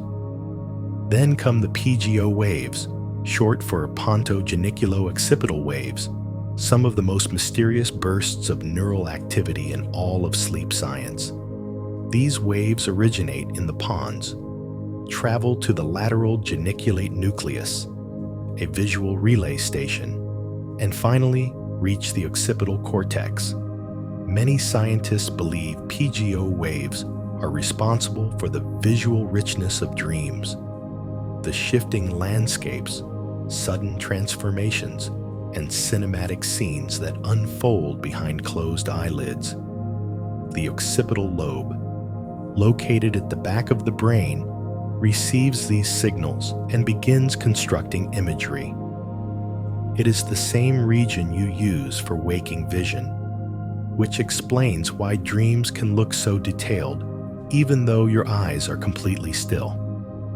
In a dream, light does not exist, but perception does. What you see is a simulation built entirely from memory, imagination, and neural firing patterns. Next is the amygdala, which lights up with emotional energy during REM sleep. Its activation gives dreams their intensity. Fear feels real. Joy feels expansive. Anger, longing, confusion. These emotions arise from the amygdala's deep integration with memory and attention circuits. Because logical oversight is diminished, emotions can surge without restriction, leading to the wild dramatics of dream plots. Working closely with the amygdala is the hippocampus, the memory librarian. It retrieves fragments of your day, a conversation, a scent, a song, a face glimpsed in passing. But because the hippocampus is less coordinated during REM than in waking life, these fragments combine in strange or nonlinear ways. A childhood memory might fuse with a recent event. A familiar face may appear in an impossible setting. The hippocampus provides the raw material. The dream builds the story. Meanwhile, the prefrontal cortex, the rational executive of your waking life, steps aside. This is the part of the brain responsible for logic, planning, and evaluating reality. During dreams, its reduced activity is the reason absurd scenes seem believable. You don't question why gravity has stopped working or why you're talking to an animal. The editor has left the room and imagination is free to roam. The motor cortex also activates during dreams, especially when your dream self runs, flies, dances, or fights. Yet because the brainstem enforces REM paralysis, these impulses do not reach your muscles. Research shows that the motor cortex fires in synchrony with dream movement, almost as if rehearsing actions for waking life. In fact, some neuroscientists believe dreaming is a kind of internal training simulation. Finally, there is the default mode network, a constellation of brain regions associated with introspection, self-referential thought, and internal storytelling. Even in dreams, this network contributes to a sense of me, an identity experiencing the narrative, even when the narrative defies logic. When all of these regions work together, dreams arise, not from a single source, but from a collaboration. Emotion, memory, sensation, and imagination woven together into temporary worlds. Your brain becomes a filmmaker, crafting scenes from memory, a painter, layering imagery and color, a storyteller, blending fragments into narratives, a philosopher, exploring emotion and meaning, and an architect, building entire environments from neural patterns. The dream itself is the final product of this remarkable coordination, a world your brain builds for an audience of one. If brain regions are the instruments in the orchestra of dreaming, then neurotransmitters are the musicians. They determine the tone, rhythm, and emotional texture of the dream world. Sleep is not just electrical activity. It is a choreographed dance of chemicals, each rising and falling at specific times to shape the structure of consciousness. Two neurotransmitters dominate the transition from wakefulness to sleep: GABA and adenosine. Adenosine accumulates throughout the day as your brain expends energy. As its levels rise, you feel increasingly sleepy. Caffeine works by blocking adenosine receptors, which is why a late cup of coffee can delay sleep for hours. Once you finally rest, GABA takes over. Released by neurons in the hypothalamus, GABA quiets wake-promoting systems. Think of it as the curtain lowering on external awareness. But the true magic unfolds when REM sleep begins. During REM, the brain undergoes a dramatic chemical shift. Levels of acetylcholine rise sharply, fueling intense cortical activity. This neurotransmitter enhances memory reactivation and contributes to the vivid sensory quality of dreams. Meanwhile, serotonin and norepinephrine, the chemicals responsible for mood regulation, alertness, and fear responses, drop to near zero. This unique neurochemical cocktail has profound effects. 1. Emotional protection. With norepinephrine low, the brain can revisit difficult or traumatic memories without triggering full panic. This is why REM is often described as emotional first aid. 2. Heightened imagery. Acetylcholine acts like a spotlight, brightening internal imagery and enhancing sensory vividness. 3. Creative flexibility. Low levels of serotonin reduce cognitive rigidity, allowing ideas to mingle in unconventional ways. This fosters creativity, association, and dream logic. 4. Reduced inhibition. Because the brain's rational systems are chemically muted, emotions and imagery flow without resistance. Additionally, melatonin, produced by the pineal gland, sets the stage long before REM begins. It aligns sleep with circadian rhythms, making you feel sleepy at night and alert during the day. Melatonin doesn't generate dreams, but it ensures the timing of sleep cycles is optimal for healthy REM periods. Another crucial player is orexin, a neurotransmitter that stabilizes wakefulness. People lacking orexin experience narcolepsy, a disorder characterized by sudden sleep episodes and sometimes vivid dream intrusions into waking life. This reveals just how delicate the boundary between dreaming and consciousness truly is. Dreams also interact with dopamine, a reward and motivation neurotransmitter. Dopamine activity rises in certain REM phases, which may explain why dreams sometimes feel thrilling, purposeful, or narrative-driven. Some hallucinations in dreams resemble dopamine-driven phenomena seen in waking life. Understanding this chemistry helps explain why medications and substances like alcohol or cannabis alter dream patterns.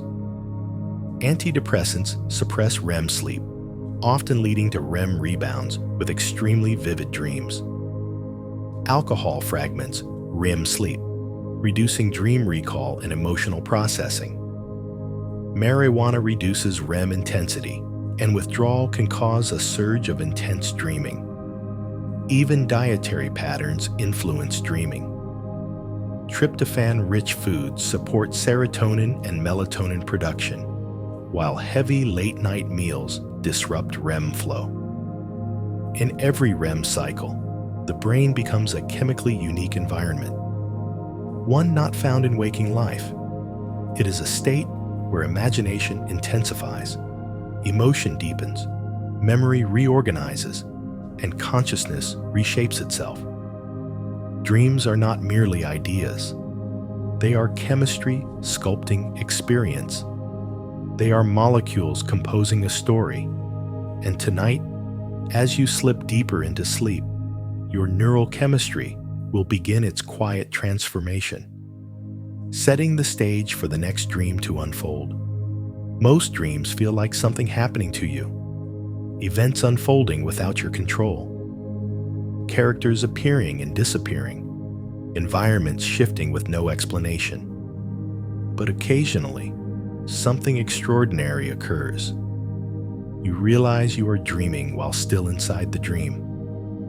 The world around you remains fluid and surreal, yet a spark of consciousness reawakens. This phenomenon is lucid dreaming, one of the most fascinating hybrids of sleep and awareness. Lucid dreaming usually emerges during REM sleep, when the brain is at its most active and imaginative.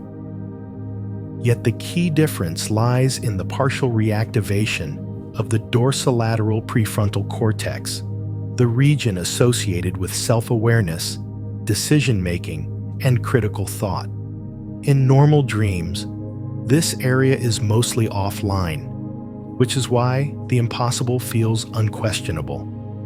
But in lucid dreams, it lights up just enough for the dreamer to recognize the nature of the experience.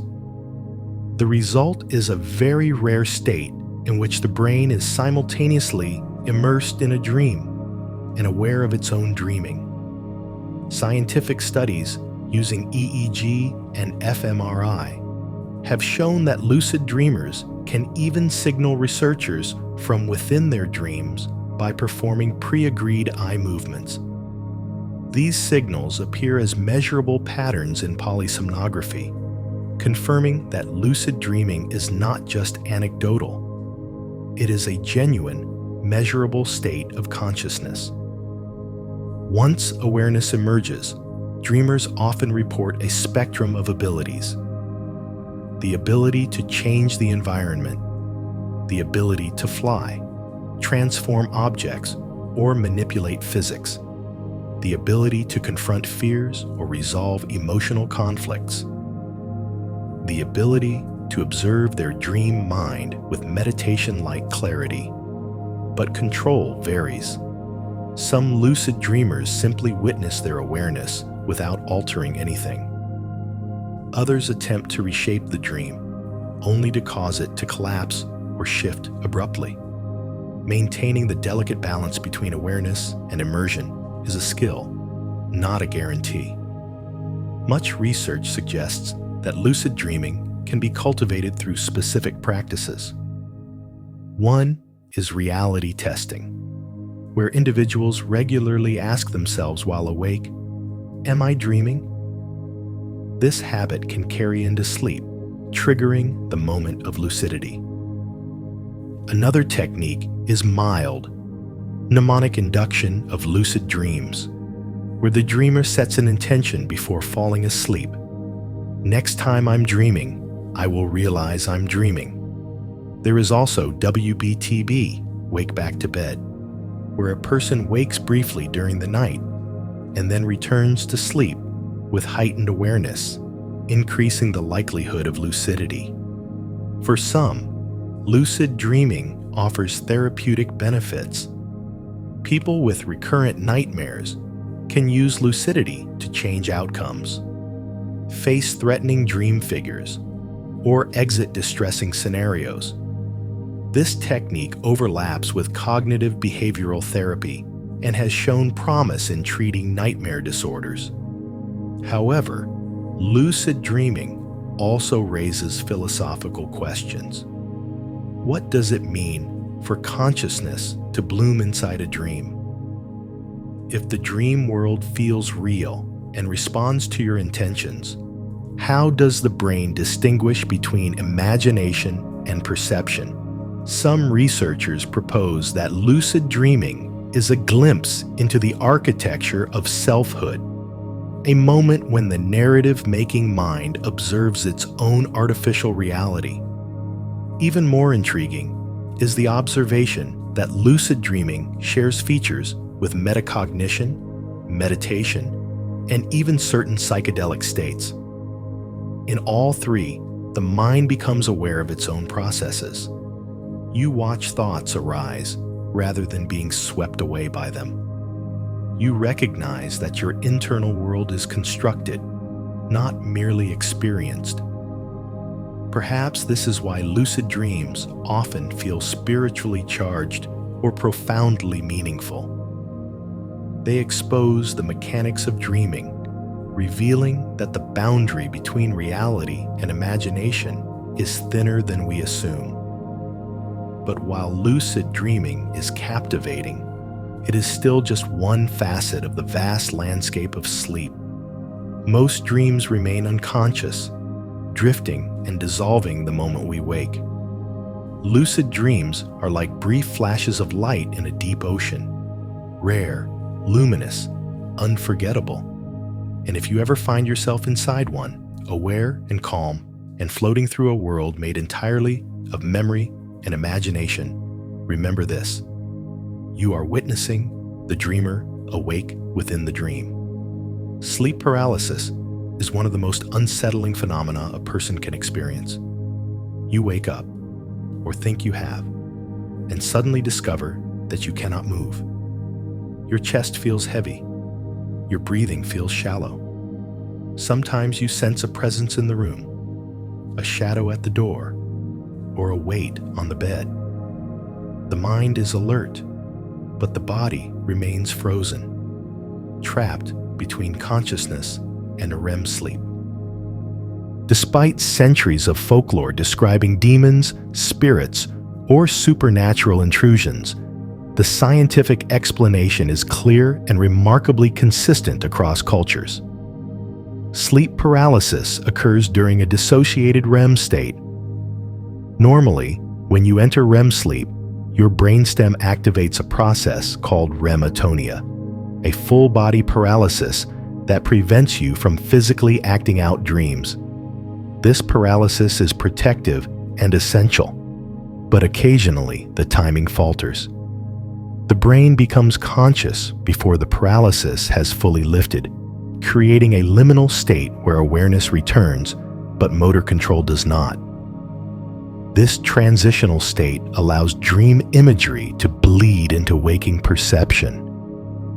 The hallucinations people describe, figures in the room, whispers, footsteps, a crushing pressure on the chest, are not supernatural visitors, but remnants of active REM neural activity. The brain, still partially dreaming, projects internal imagery into the external world. Why does sleep paralysis so often evoke fear? One reason is that the amygdala, the brain's fear center, remains highly active during REM. When consciousness returns before the body regains movement, the amygdala senses a threat but cannot initiate a fight-or-flight response. This mismatch, intense alarm with no ability to act, creates a uniquely terrifying sensation. Cultural context also shapes the experience. In Japan, it is called kanashibari, associated with ghostly restraint. In Newfoundland, it was historically interpreted as an old hag sitting on the sleeper. In many Southeast Asian cultures, it is viewed as a spirit attack.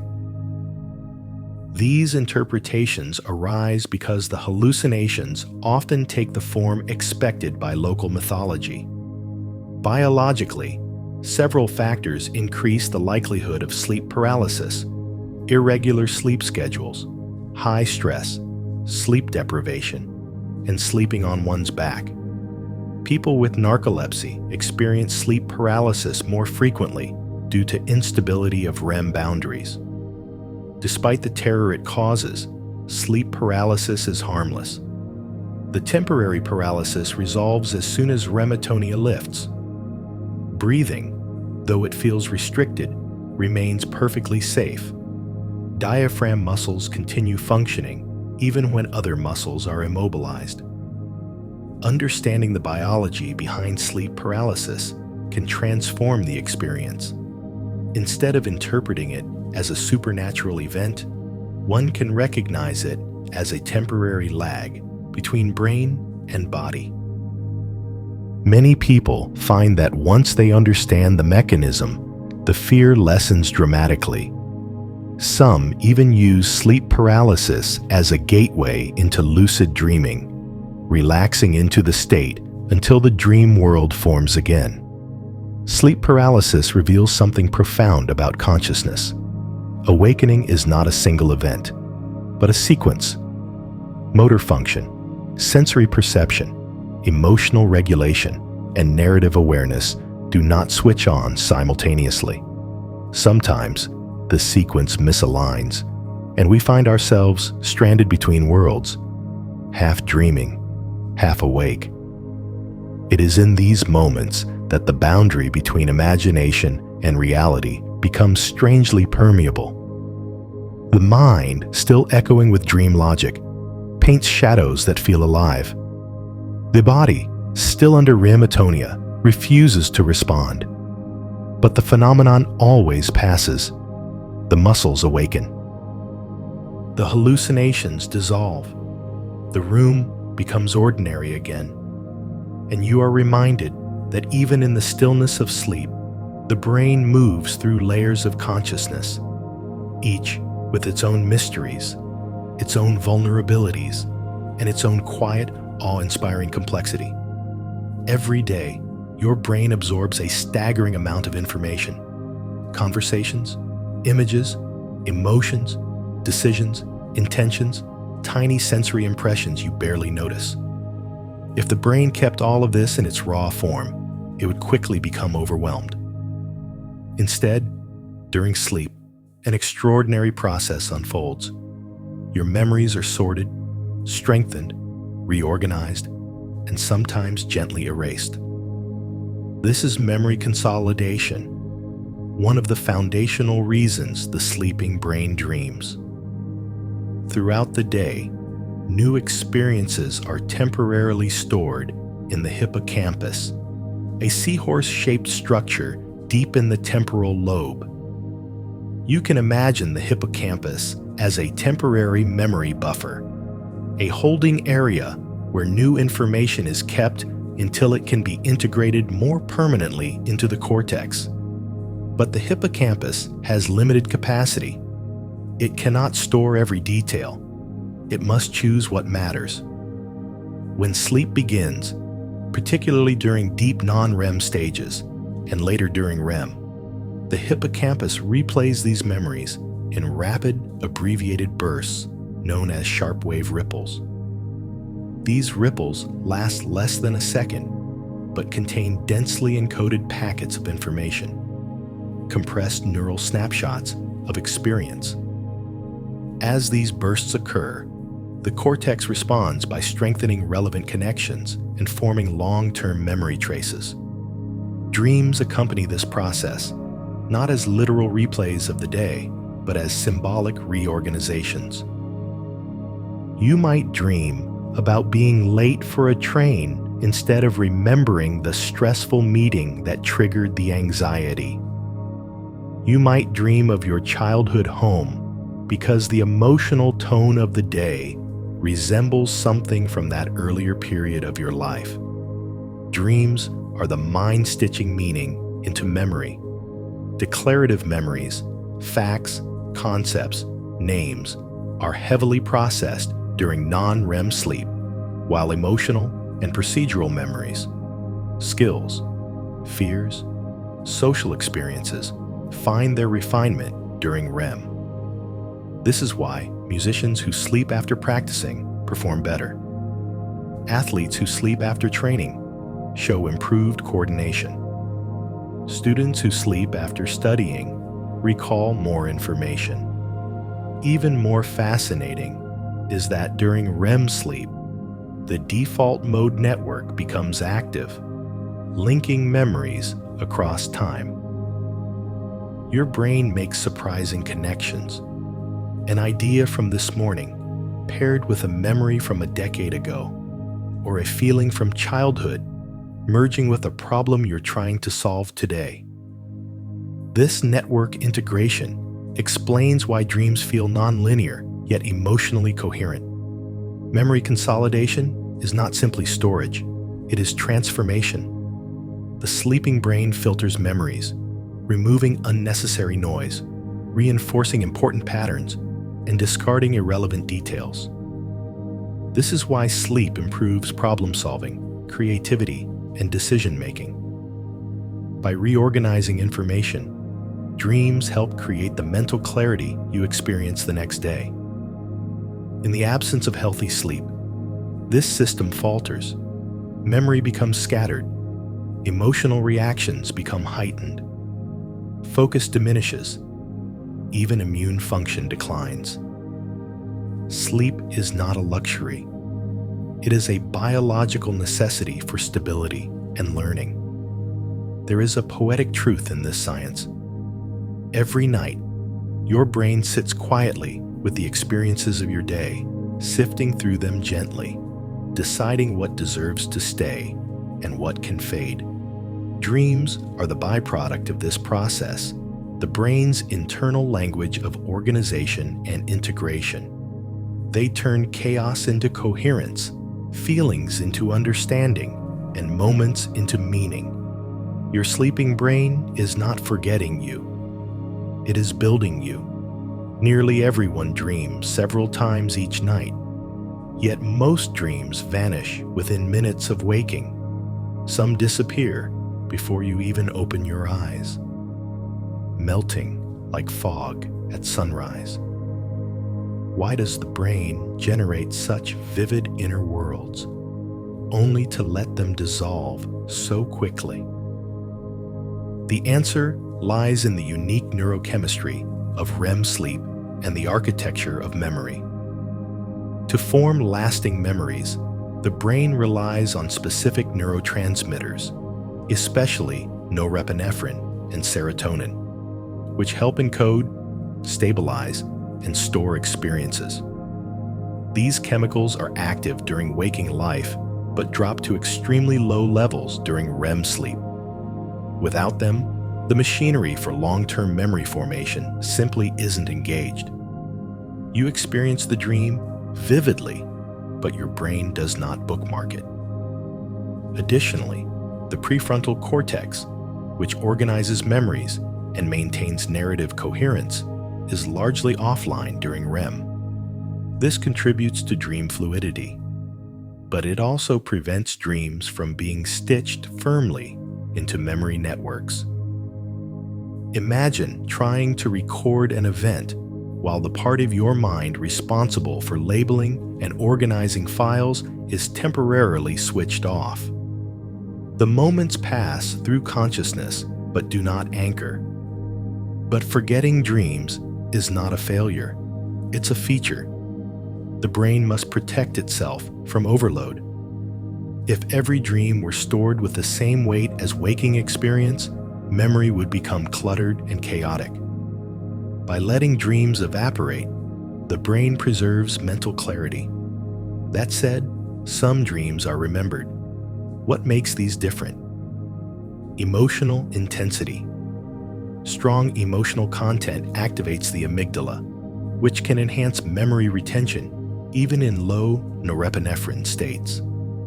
Traumatic or deeply meaningful dreams often stick because the emotional brain insists on remembering, awakening during or immediately after REM. If you wake in the middle of a dream, the memory shifts into short-term storage before it fades. Taking a moment to recall or write it down dramatically increases the chance of retention. Lucidity. During lucid dreaming, parts of the prefrontal cortex reawaken, improving the brain's ability to form lasting memories of the dream. Rehearsal.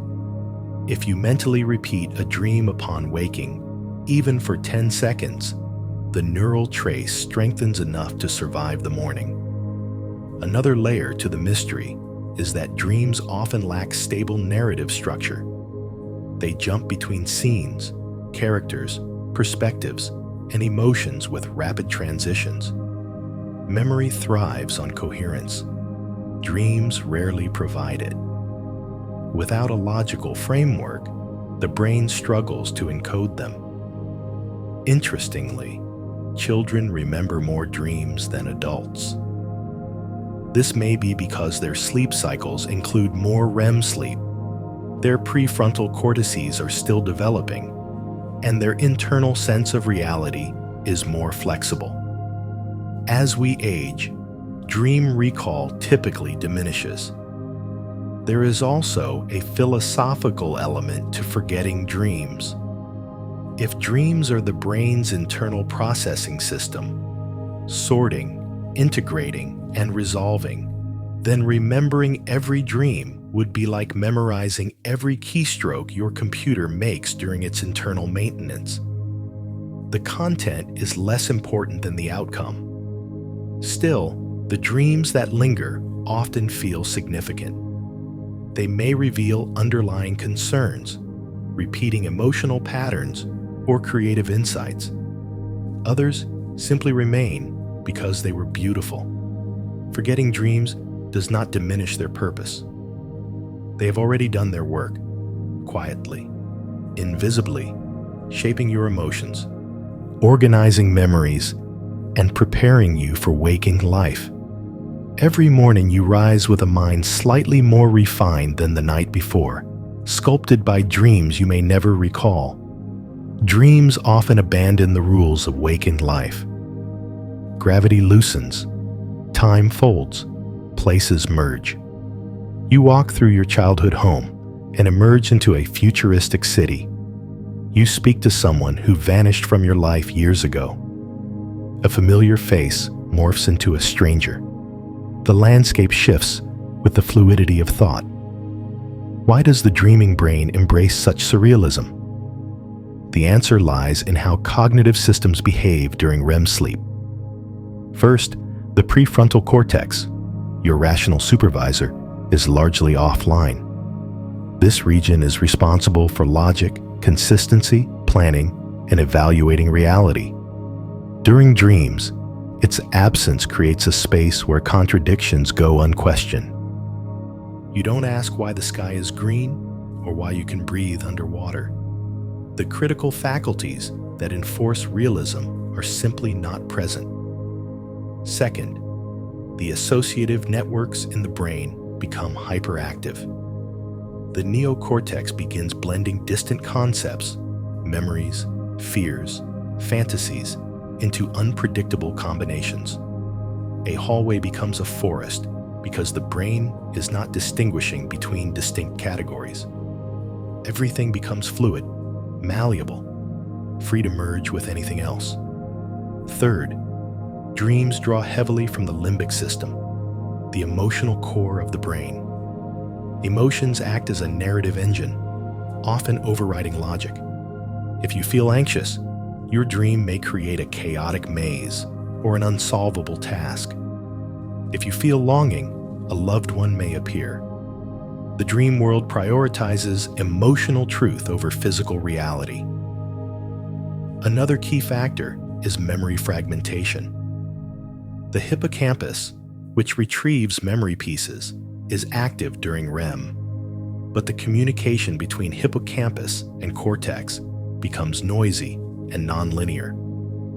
Memories surface as fragments rather than full episodes. These isolated fragments attach to one another through thematic or emotional similarities rather than chronological order. This creates the disjointed storytelling that dreams are known for. Additionally, sensory areas of the brain fire without external input. The visual cortex becomes active like a painter with unlimited freedom. The auditory cortex might generate voices, music, or environmental soundscapes. Because sensory information is self-generated rather than externally constrained, the brain is free to create whatever imagery it pleases. Another contributor is the absence of noradrenergic modulation, the influence of norepinephrine, which helps regulate cognitive stability. Without it, neural activity becomes more chaotic and less structured, allowing imagination to stretch far from reality. Even more fascinating is that dreams often employ metaphor. The brain uses symbolic representation to express emotional states. For example, feeling overwhelmed may manifest as a rising flood. Feeling trapped may appear as a locked room. Feeling exposed may appear as being unprepared or unclothed.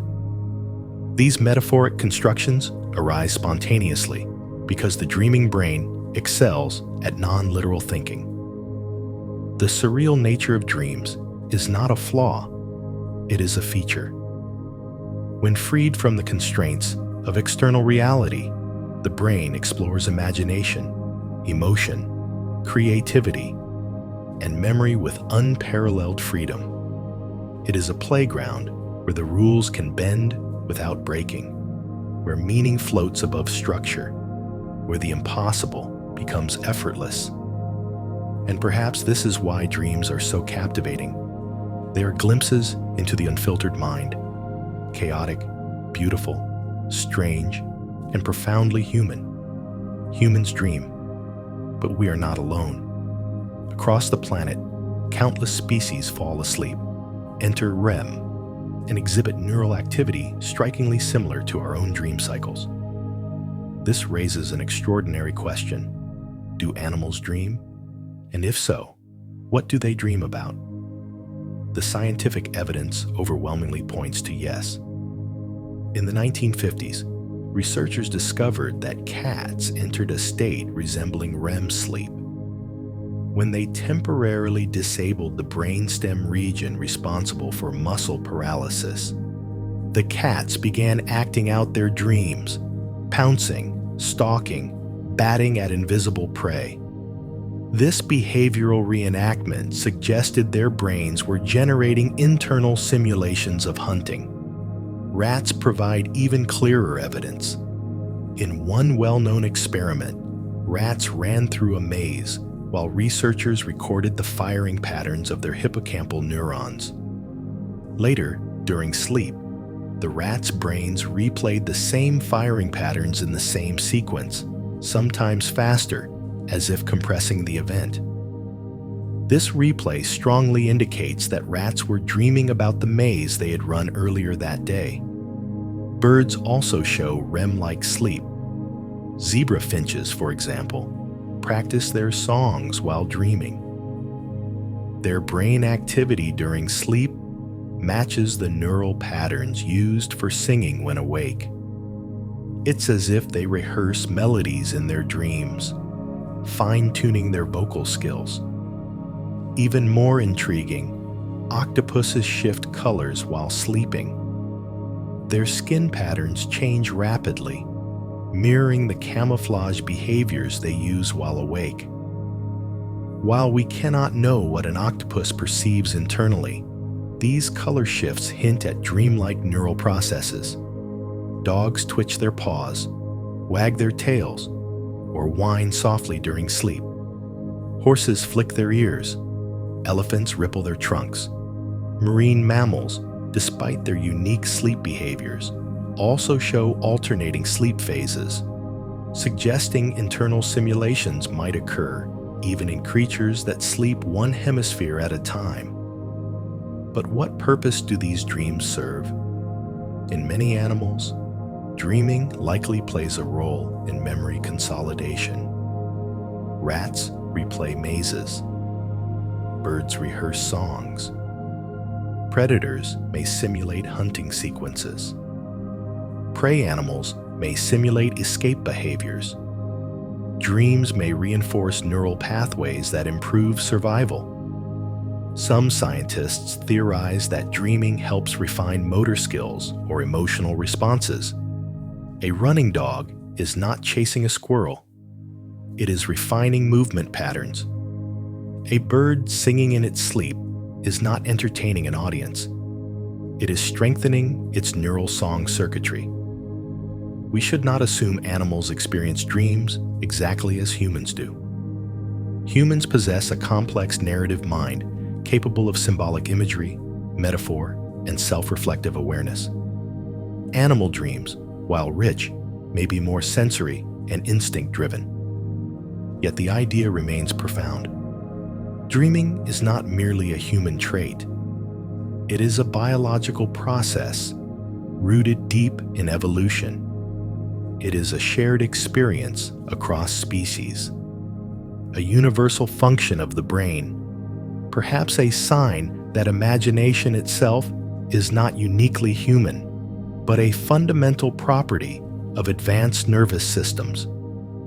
When your dog twitches in its sleep, it may be chasing a remembered scent trail. When a bird flutters its wings at midnight, it may be soaring through imagined air currents. When a rat sleeps after running a maze, it may relive its journey step by step. Dreaming is a window into the living mind, a phenomenon so ancient and widespread that it connects us to the animal kingdom in a way we rarely notice. It reminds us that the boundary between our dreams and theirs may be far thinner than we imagine. Throughout history, dreams have been credited with inspiring, brilliant ideas, groundbreaking inventions, and works of art that changed the world. While it may sound mythical, scientific research reveals something remarkable. The dreaming brain is uniquely positioned to generate creativity in ways waking consciousness cannot. During REM sleep, the brain undergoes a dramatic cognitive shift. Logical reasoning quiets as the prefrontal cortex powers down, while associative networks in the neocortex become highly active. This allows distant concepts, ideas that normally remain separate, to fuse into new combinations. Creativity thrives on novelty, and REM sleep provides fertile ground for it. Consider some extraordinary real-world examples. The structure of benzene, a breakthrough in organic chemistry, reportedly came to Auguste Kekule in a dream of a snake seizing its own tail.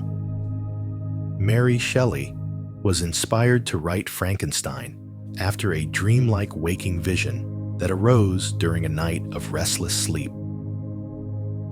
Paul McCartney famously awoke with the melody of Yesterday fully formed in his mind.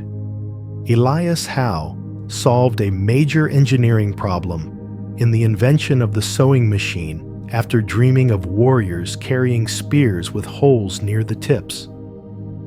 Dmitri Mendeleev saw the periodic table arranged in a dream, a moment of insight that transformed chemistry. Such accounts are not coincidence. They are examples of REM sleep's unique neurological environment. Dreams loosen cognitive constraints. Without the strict filtering mechanisms of wakefulness, the brain becomes more fluid, more experimental. Associations that would be dismissed as illogical while awake become accessible and permissible. The result is an explosion of creative potential. Another mechanism behind dream-driven creativity is memory integration. During REM sleep, the hippocampus sends bursts of information to the cortex, where memories are reorganized. This mixing of old experiences with new information allows unexpected insights to emerge. A problem that seemed unsolvable the night before may feel suddenly clear after sleep. Not because the problem changed, but because your brain rewired the context around it. Sleep also enhances divergent thinking, the ability to generate multiple solutions to a single problem. Studies show that people perform better on creative insight tasks after REM sleep compared to non-REM sleep or simple rest. The dreaming brain excels at exploring possibilities. Creativity arises not only from the bizarre content of dreams, but from the process itself. Dreams simulate emotions, test scenarios, and explore narratives. They allow you to rehearse without constraint, navigating landscapes of memory, fear, desire, and imagination. The same brain circuits involved in storytelling, empathy, and artistic expression illuminate during REM sleep. Even people who do not consider themselves creative often wake with new clarity or novel ideas after a night of dreaming. In this sense, dreaming is not just entertainment. It is a creativity engine.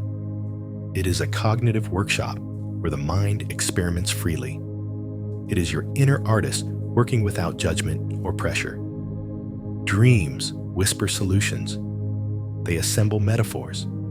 They rearrange knowledge. They give you permission to imagine boldly. Every night, as you drift into sleep, you are entering the most ancient and universal creative laboratory on Earth. One that existed long before humans ever picked up a pen or painted the walls of caves. Your most creative self may be the one who dreams. Dreams do more than inspire art. They help solve problems. Some of the mind's most sophisticated cognitive operations occur not while you are awake, but while you sleep. The dreaming brain, freed from distraction and sensory input, can focus on internal dilemmas with surprising clarity. Consider a phenomenon known as sleep-dependent problem solving, where individuals are more likely to solve complex puzzles after a night of rest. In controlled experiments, people facing riddles or logical tasks often find the answer the next morning, even if they could not solve them before sleeping. This suggests the brain continues working on problems outside conscious awareness. One reason for this is the brain's tendency during REM sleep to explore multiple associations. While awake, the mind filters out irrelevant ideas to stay efficient. But in dreams, the filtering mechanism drops, allowing unusual connections to surface. This opens new mental pathways. For example, if you are trying to decide whether to change careers, your waking mind might process data, pros and cons, financial considerations. But your dreaming mind might generate symbolic narratives, walking across a bridge, climbing a mountain, or leaving a crowded room. These images can reveal emotional truths hidden beneath logic. Scientists have demonstrated this effect in problem-solving tasks. In one study, participants who slept after learning a maze completed it faster the next day. Another study found that people were nearly twice as likely to discover hidden mathematical rules after sleeping. Creative puzzles requiring aha moments show dramatic improvement when REM sleep is involved. Dreams often reframe problems. Instead of tackling them head-on, the mind reshapes the context. A conflict becomes a metaphorical chase. A social dilemma becomes a dream conversation. A technical problem becomes a shifting landscape or structural image. These transformations reflect the brain's attempt to reorganize information and generate insight. Dreams also allow emotional processing of problems. When your waking mind is tangled in anxiety or fear, clear thinking becomes difficult. But in the safe emotional environment of REM sleep, where norepinephrine is low, the brain can revisit overwhelming topics with reduced distress. This promotes clarity. Historically, dream-based solutions appear in science, engineering, literature, philosophy, and even mathematics. But the effect is not limited to geniuses. Everyone experiences dream-related problem-solving in subtle ways. Waking with clarity about a relationship, having sudden insight about a decision, or discovering a new perspective on a challenge. Even more fascinating is targeted memory reactivation, a technique in which subtle cues, like odors or sounds associated with learning, are reintroduced during sleep. Research shows this can enhance learning and improve performance on problem-solving tasks. This implies that dreams can be guided to reinforce specific cognitive goals, but the essence of dream problem-solving lies in its freedom. The dreaming mind is unconstrained by physical reality, social pressure, or linear logic. It can explore solutions that waking consciousness might never consider. Dreams think sideways. They slip beneath the surface of rationality, drift through imagination, and return with insights that feel like intuition. If waking thought is a straight path, dreaming thought is a river, flowing, winding, carving new shapes, revealing hidden directions. Tonight, as you fall asleep, your brain will begin another cycle of quiet analysis, solving problems you didn't know you were still holding, organizing conflicts, untangling worries, and preparing you for the choices ahead. Often, your sleeping mind understands what your waking mind cannot yet see. To understand dreams, we must understand REM sleep itself, the stage of sleep that hosts the most vivid, emotional, and story-like dreams. REM, rapid eye movement. Sleep is unlike any other state of consciousness. It is paradoxical. The brain becomes highly active, almost as active as when awake, yet the body lies still, muscles paralyzed. Why does evolution preserve such a strange, vulnerable state? Researchers propose several interconnected purposes, each revealing REM as one of nature's most essential biological innovations. The first is emotional homeostasis.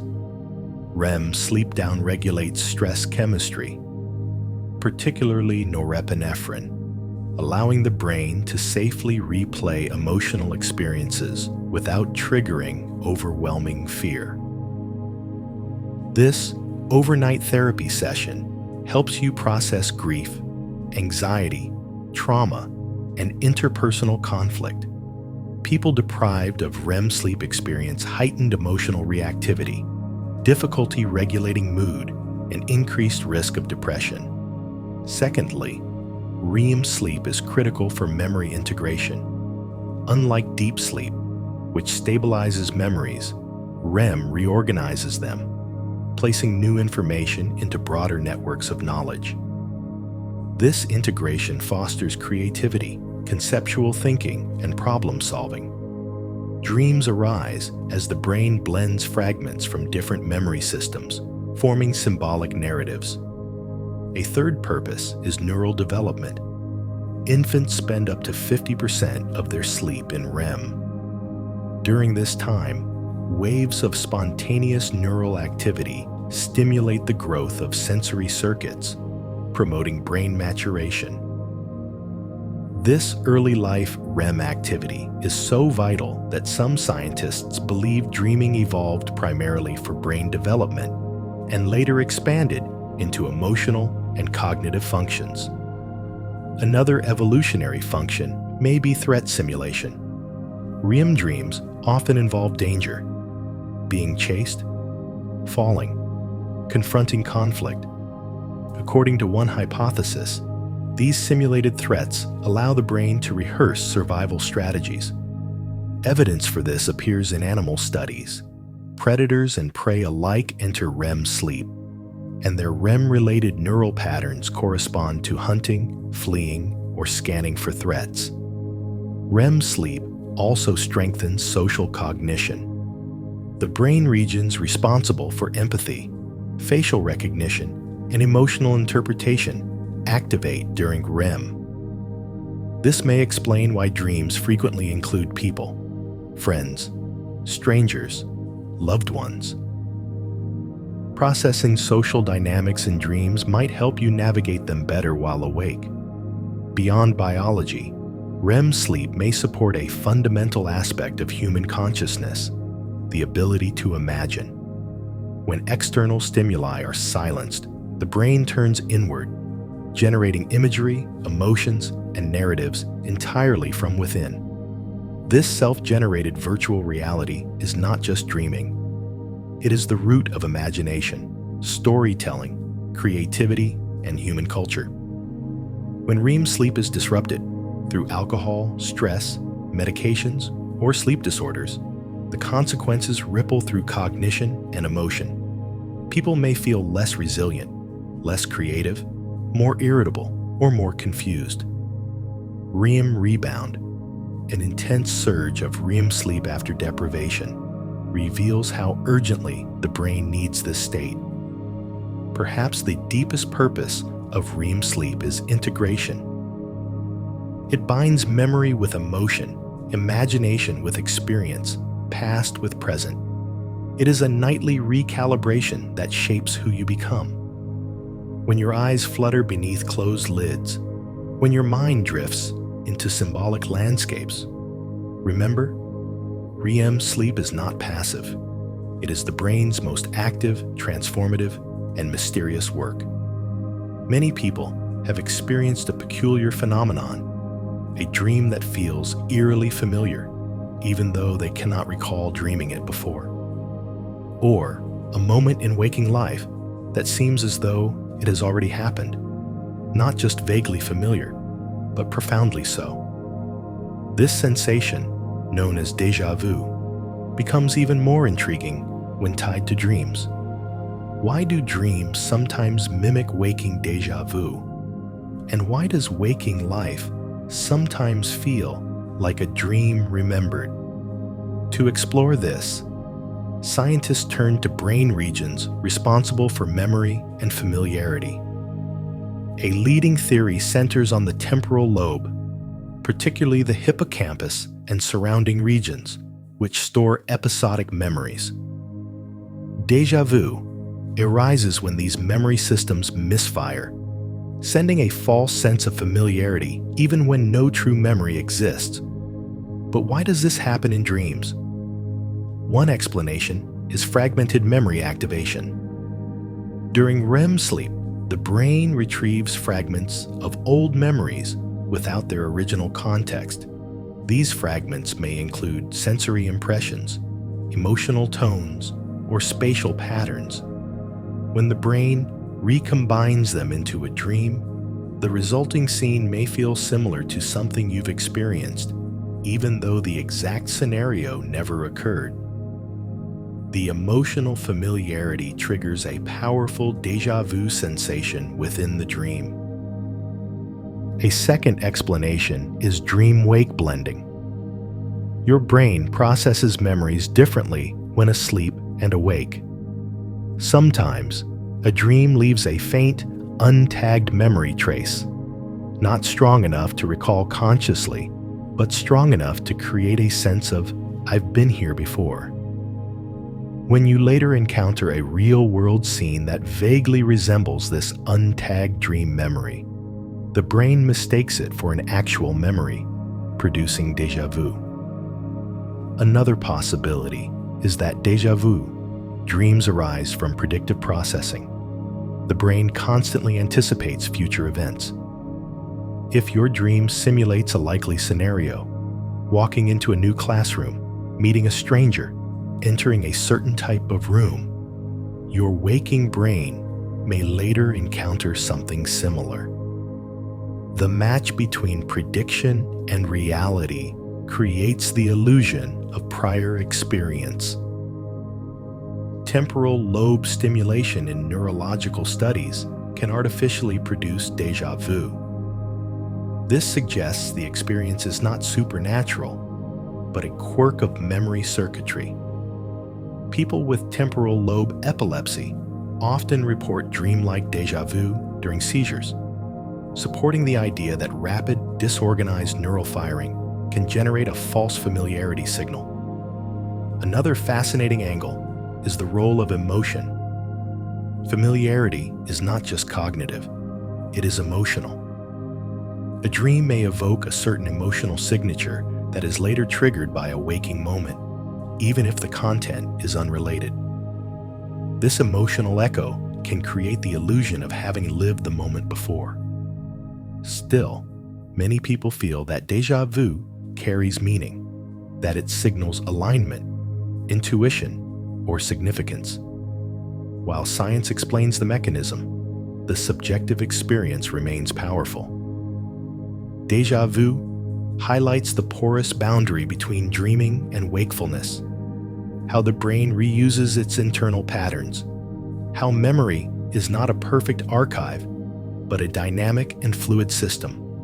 Ultimately, déjà vu reminds us that consciousness is not linear. Memories blur, predictions rise, dreams echo into waking life, and waking life reflects back into dreams. Every moment you live carries traces of others, real or imagined, remembered or forgotten. And sometimes, the echoes overlap just enough to feel uncanny, mysterious, or strangely beautiful. Dreams may feel detached from reality, but the sleeping brain is never fully sealed off from the external world. Sounds, sensations, temperature changes, and even smells can slip through the boundary of sleep and weave themselves into dream imagery. The result is a fascinating interplay between the inner landscape of REM sleep and the sensory signals that continue to arrive from outside. When you sleep, your thalamus, the brain's sensory relay center, reduces its activity, filtering out most incoming input. But it does not shut down completely. Certain stimuli still pass through, especially those that the brain deems important, such as loud noises, touch, or environmental threats. Consider what happens when an alarm clock beeps. Instead of waking immediately, your brain may incorporate the sound into your dream. A phone ringing, a fire truck approaching, a distant melody carried by the wind. This is the brain's attempt to make sense of incoming sensory data while maintaining the dream narrative. The same occurs with temperature changes. If the room becomes too warm, you might dream of standing under a hot sun. If a breeze touches your skin, you might dream of walking near the ocean or feeling a window open. When a blanket slips off, dreams often introduce a cold environment, snow, rain, or a chilly night air. Touch is one of the most powerful sensory intrusions. A pet brushing against your foot might become a dream animal nudging you. Pressure on the chest may be transformed into the sensation of carrying weight or being hugged. Even subtle vibrations, like a phone buzzing on a nightstand, can ripple through the dream's storyline. Smell, though less commonly integrated, plays a special role. Pleasant scents such as lavender can shift dream tone toward calmness. Unpleasant odors sometimes produce conflict, disgust, or warnings in dreams. Research suggests that smell has direct access to emotional centers in the brain, allowing it to influence dream content more deeply than sound or touch. Another fascinating influence is internal sensory input, signals from within the body. A full bladder often becomes a dream about searching for a bathroom. Acid reflux may manifest as a dream of fire or burning. Sleep apnea can produce dreams of suffocation or pressure. Even subtle bodily rhythms, heartbeat, breathing patterns, muscle twitches can shape dream imagery. When heart rate increases, dreams often become more intense. When breathing becomes shallow, dreams may shift toward anxiety or underwater scenarios. These sensory intrusions are important because they reveal how fluid the boundary between brain and world remains during sleep. The brain constantly interprets incoming data, even in the depths of REM. But instead of waking you immediately, it blends those signals into the ongoing dream narrative, preserving sleep whenever possible. In this sense, dreams are not isolated stories. They are adaptive simulations shaped by both internal and external cues. Your brain tries to maintain rest while still monitoring your environment for safety. If a sound is harmless, the dream incorporates it. If the signal suggests danger, the dream may produce anxiety, or the brain may fully awaken you. Dreaming is both inward and outward. It is imagination responding to reality in real time, reshaping the world's whispers into surreal visions. And this interplay reveals something profound. Even in our deepest sleep, we remain connected to the world that cradles us. Children's dreams are not miniature adult dreams. They reflect a brain still under construction, a network of neurons that grows, rewires, and restructures at astonishing speed. As a result, children experience sleep and dreaming in ways that differ fundamentally from adults.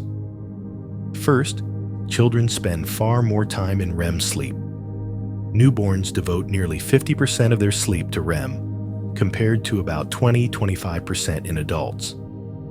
This heightened REM activity is believed to support rapid neural development. During this time, the brain generates spontaneous activity that helps shape sensory systems, motor circuits, and early cognitive networks. Dream content evolves as the brain matures. Very young children, especially those under age 5, rarely describe complex narratives. Their dreams are often fragments, colors, sensations, simple movements. This aligns with the developmental timeline of the prefrontal cortex, which governs organization, storytelling, and logical sequencing. Because this area is still immature, children's dreams lack the structured plots common in adult dreams. As children grow, their dreams expand in scope. Their emotional range widens, their vocabulary grows, and their cognitive abilities develop. By ages 7 to 9, dreams become more vivid and social. Children begin to dream about friends, teachers, and imagined worlds.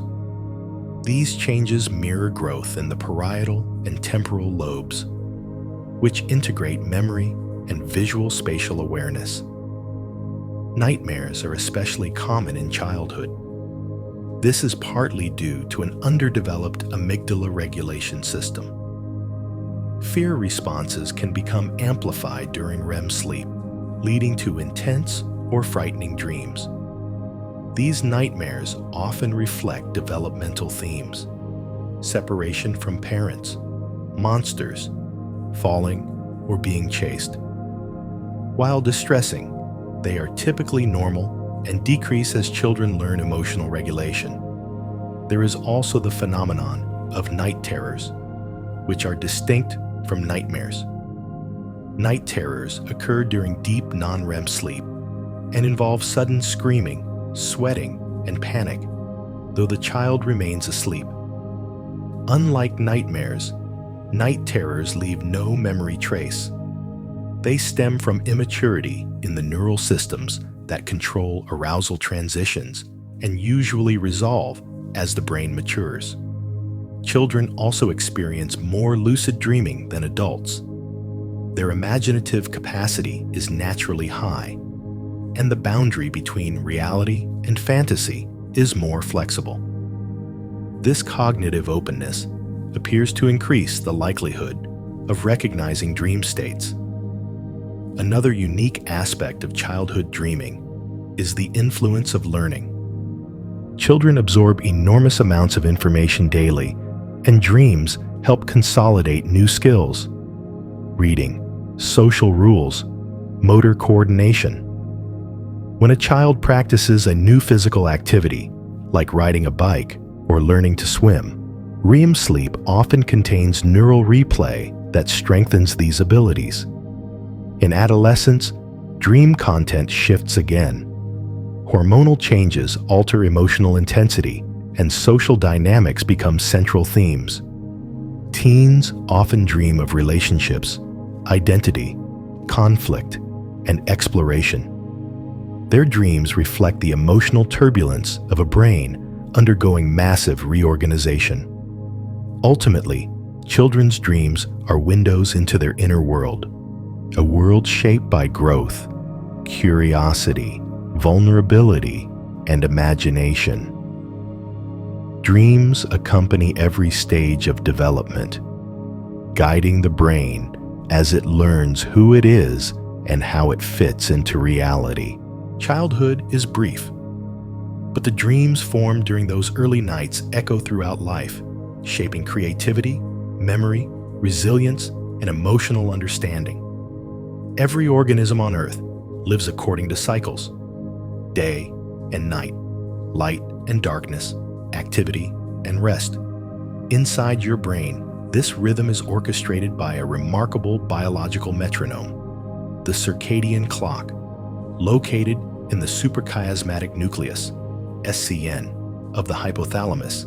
This tiny cluster of about 20,000 neurons synchronizes nearly every physiological process, including sleep, hormone release, body temperature, metabolism, and, most relevant here, the timing and architecture of your dreams. The circadian clock controls when you feel alert and when you feel drowsy by regulating hormones such as melatonin, which signals nighttime, and cortisol, which promotes wakefulness. These hormonal waves strongly influence when REM sleep occurs. In healthy adults, REM sleep is not evenly distributed throughout the night.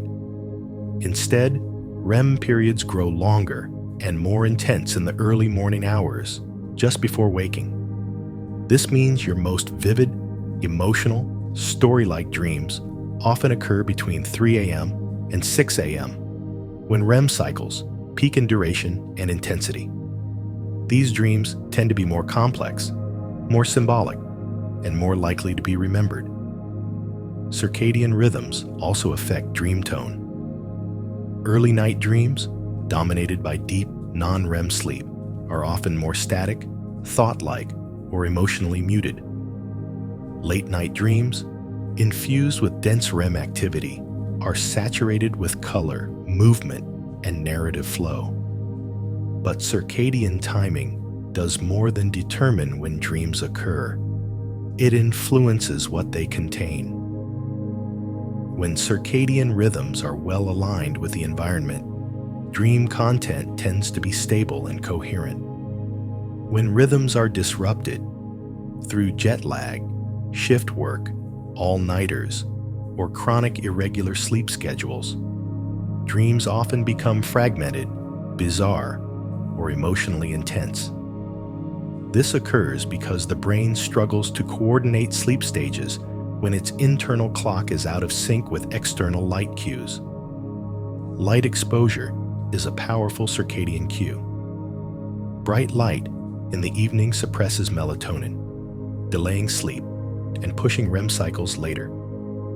This can lead to REM rebound in the early morning, making dreams unusually vivid. Many people notice stronger dreams after staying up late or staring at screens before bed. This is not imagination. It is circadian chemistry. Temperature also plays a role. The body's core temperature naturally drops at night to promote sleep. If the room is too warm or too cold, circadian signaling becomes disrupted, altering dream intensity and increasing the chance of awakenings during REM sleep. These awakenings make dreams more memorable. In extreme cases, circadian misalignment can trigger parasomnias, unusual sleep behaviors like sleepwalking, sleep talking, or REM sleep behavior disorder. Although uncommon, they highlight how deeply the circadian clock governs the brain's nighttime activity. Even mood disorders such as depression or bipolar disorder are linked to circadian instability. People experiencing mood disturbances often report dramatically altered dream patterns, either vivid nightmares or unusually symbolic, emotionally charged dreams.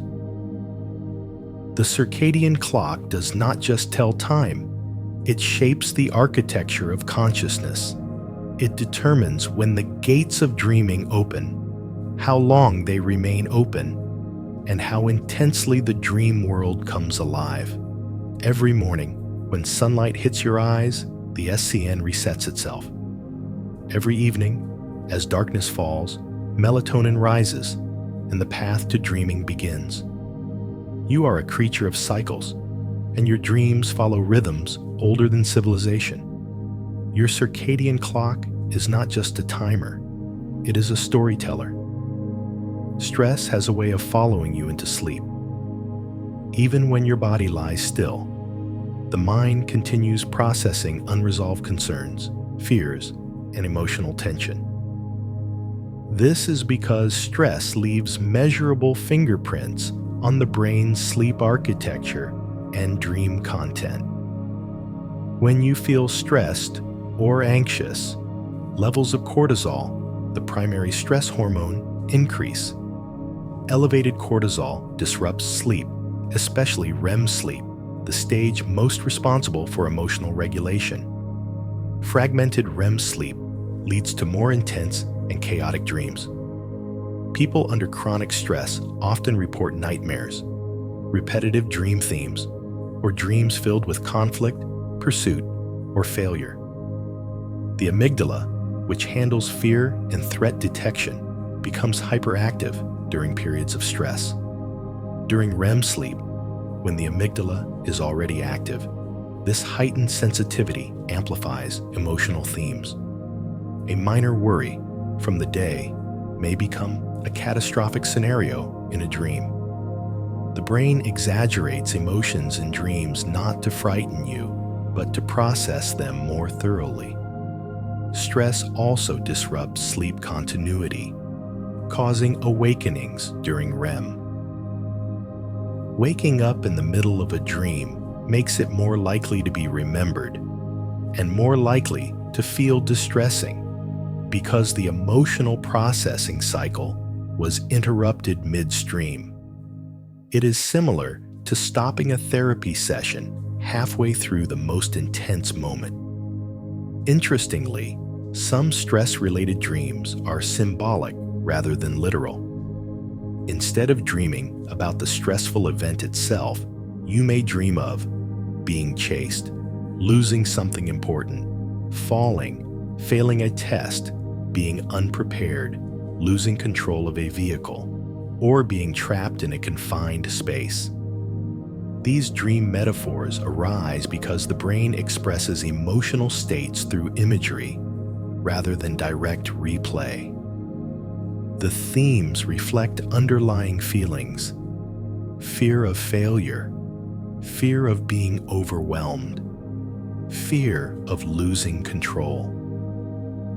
There is also a phenomenon called stress incubation, where stressful experiences resurface days or weeks later in dreams. This shows that dreams continue processing emotions long after the triggering event. Yet dreaming under stress is not merely a side effect of anxiety. It is part of the brain's healing mechanism. During REM sleep, norepinephrine drops to its lowest level, reducing emotional reactivity. This allows stressful memories to be revisited in a safer environment, where their emotional charge can be softened. Dreaming is the brain's attempt to reduce the burden of stress. When stress becomes chronic, however, this system becomes overloaded. REM sleep becomes unstable, emotional processing falters, and nightmares become more frequent. This can produce a feedback loop. Stress disrupts sleep. Poor sleep increases stress, and the cycle continues. Fortunately, improving sleep hygiene, consistent schedules, reduced screen exposure, mindful relaxation helps restore REM stability, reducing nightmare frequency and emotionally intense dreams. Dreams are not hostile intrusions. They are emotional barometers. They reveal what weighs on your heart, what fears remain unresolved, and what burdens your mind continues to carry. In their imagery, however chaotic or unsettling, you can find clues about what needs attention, compassion, or healing. Dreams reflect the mind under pressure, but they also illuminate the path back to calm. As you drift into sleep each night, your brain begins an astonishing process of organization and renewal. A kind of nocturnal housekeeping, where memories are sorted, strengthened, distilled, or quietly erased. This complex process, known as memory consolidation, is one of the most scientifically supported functions of dreaming. And it is happening right now, even as you listen, even as your thoughts begin to soften around the edges. During the day, your brain absorbs an overwhelming flood of information. Conversations, facts, micro-stresses, fleeting impressions, emotions, sights, sounds, and subtle cues you barely notice. By bedtime, your hippocampus, the brain's temporary memory storage, looks a bit like a cluttered desk after a long day's work. Messy, crowded, and filled with both essentials and unnecessary scraps. Dreaming is the brain's way of tidying up. During non-REM sleep, especially deep slow-wave sleep, the hippocampus replays newly acquired information, sending it back to the neocortex for long-term storage. This process strengthens important memories while discarding irrelevant ones. Studies with rodents have shown that specific neural firing patterns seen while navigating a maze replay again during sleep, almost like the brain silently rehearsing what it learned. But REM sleep brings something more creative, more chaotic, and more meaning-driven. During REM, the hippocampus and neocortex engage in a free-flowing conversation, weaving fragments of the day into new associations. This is why dreams can feel surreal, yet strangely meaningful. The brain does not replay memories exactly. It transforms them. For example, if you studied for an exam, argued with a friend, and watched a documentary about oceans, your dream may combine these in unexpected ways. Not because it's random, but because the brain is extracting emotional and conceptual patterns. Dream researchers call this memory integration, the ability to merge experiences into networks of understanding. This is also why many great insights emerge from sleep. Kekulé dreamt of a snake biting its own tail and awoke with the structure of benzene. Paul McCartney awoke with the melody of yesterday in his mind. Countless computer scientists, inventors, and artists have reported similar nocturnal breakthroughs. During REM, the brain relaxes constraints on logic and allows distant ideas to collide in ways impossible during wakefulness. This creative recombination is not merely artistic. It is essential for learning.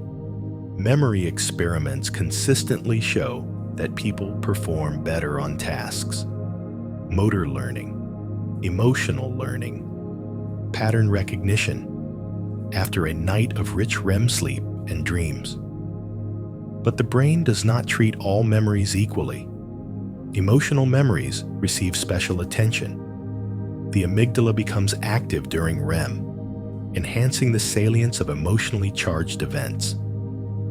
If something mattered to you today, if it scared you, delighted you, embarrassed you, or touched you, your dreams will likely reference it, not always directly, but through metaphor and tone.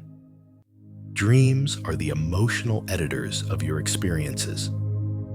They soften the intensity of painful memories by replaying them in settings where stress chemicals are lower, allowing you to process feelings without becoming overwhelmed. This is why a terrible day might lead to an emotionally charged dream, but the next morning you wake feeling lighter, as though something inside you has shifted. And occasionally, trauma disrupts this system. In PTSD, for example, the brain becomes stuck in a loop, replaying the same nightmare because emotional processing has stalled. Treatments like imagery, rehearsal therapy, aim to restore the brain's natural ability to reshape traumatic memories. Every night, while you rest, your brain quietly determines what becomes part of your story and what fades into the background. Dreams are not strange interruptions. They are the bridge between experience and meaning. They tell your brain what to keep, what to let go, and what to reinterpret for your well-being. Your dreams are the architects of your identity, building you piece by piece each night.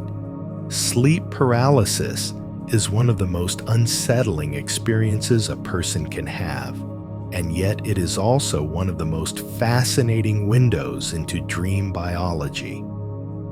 If you've ever awakened unable to move, with your chest heavy, your breath shallow, or a shadowy presence lingering at the edge of your vision, you've brushed against one of the brain's strangest glitches. But despite its terrifying reputation, sleep paralysis is a perfectly natural and harmless physiological event. To understand sleep paralysis, we need to revisit REM atonia, the mechanism that keeps your muscles paralyzed during dreaming. During REM sleep, the brainstem sends inhibitory signals that disable voluntary muscle control. This prevents you from physically acting out your dreams, keeping you safe while your dream self runs, flies, or fights imaginary threats. Sleep paralysis occurs when the brain wakes up before the body's paralysis has fully lifted. Conscious awareness returns, but the REM atonia lingers for a moment too long. You find yourself stuck between states, mentally awake, physically immobilized. Most episodes last only a few seconds, though they can feel much longer. What makes sleep paralysis truly remarkable is the vivid hallucination component. Because the brain remains partially in REM mode, dream imagery can spill into waking consciousness. People often report shadowy figures in the room, pressure on the chest, whispering or humming sounds, floating sensations, a presence watching them. These hallucinations are not signs of danger. They are dreams overlapping with wakefulness. Cultures around the world, lacking scientific explanations, have historically interpreted these sensations as supernatural encounters. Demons, witches, spirits, visitation by ancestors. The old hag of Newfoundland, the Kanashibari of Japan, the nightmare of medieval Europe, all describe sleep paralysis through cultural metaphors. Today, neuroscience provides a clearer explanation. During REM, the amygdala is highly active, preparing the mind for emotional intensity. When this emotional circuitry combines with the inability to move, the brain interprets the paralysis as a threat. The hallucinated presence is the brain trying to make sense of the mismatch between fear and immobility. Certain conditions increase the likelihood of sleep paralysis. Sleep deprivation, irregular sleep schedules, stress or anxiety, sleeping on your back, transitioning too quickly between sleep stages. But even with these factors, sleep paralysis is fundamentally benign. It leaves no physical damage, carries no supernatural meaning, and signals no underlying brain disorder for most people. In fact, understanding the biology behind it can transform the experience. Many people report that once they recognize what's happening, fear dissolves. Some even use sleep paralysis as a gateway into lucid dreaming. If the mind is awake and the body is still dreaming, the boundary between consciousness and the dream world becomes permeable. Imagine guiding yourself back into a dream, aware and unafraid, using the paralysis as a doorway rather than a prison. Sleep paralysis is not a malfunction. It is a glimpse into the delicate choreography of dreaming. It reveals how precisely the brain balances consciousness, muscle control, and emotional processing every night. When that system desynchronizes by even a fraction of a second, the result is dramatic, eerie, and deeply human. In its own strange way, sleep paralysis reminds us that the border between dreaming and waking is thinner than we think, sometimes separated by nothing more than a breath. Nightmares are some of the most emotionally intense experiences the brain can generate, yet they unfold in the safety of sleep, far from real danger. They can yank you awake with a racing heart, trembling hands, or a lingering sense of dread. But beneath their frightening imagery lies a remarkable biological purpose, one that has shaped human survival, emotional resilience, and mental health. Nightmares occur primarily in REM sleep, the stage where dreams take on cinematic intensity. During REM, the brain's emotional center, the amygdala, is highly active. This is the same region that alerts you to threats while awake, triggering fight or flight responses. But in REM sleep, something different happens. The brain replays emotional experiences without unleashing the full surge of stress chemicals like noradrenaline. This creates a paradoxical state where fear is felt vividly but biologically muted.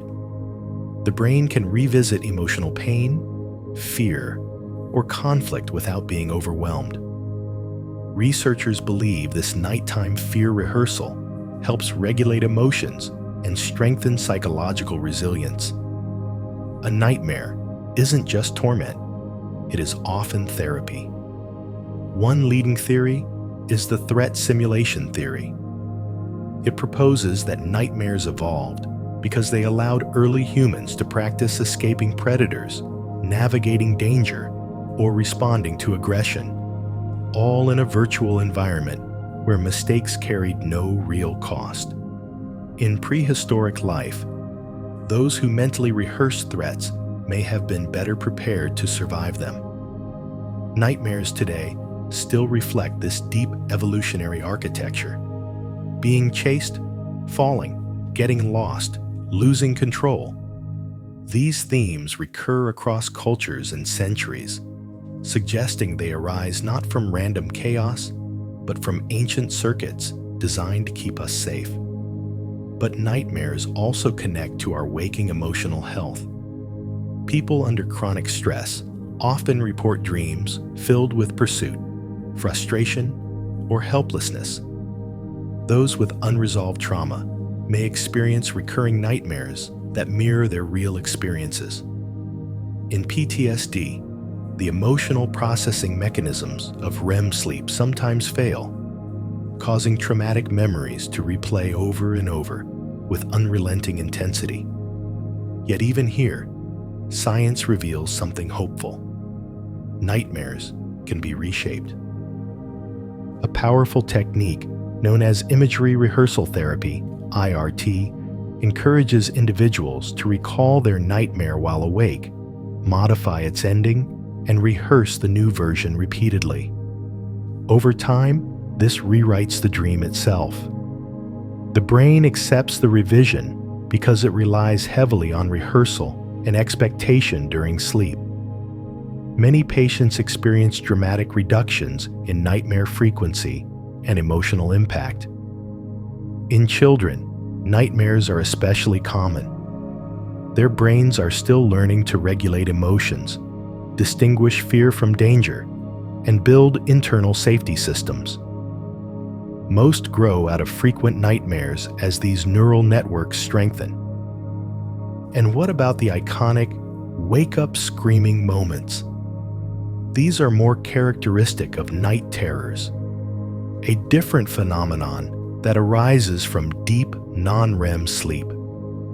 In a night terror, the brain becomes stuck between sleep stages, triggering panic without imagery. The dreamer isn't experiencing a narrative. They are trapped in a physiological alarm state.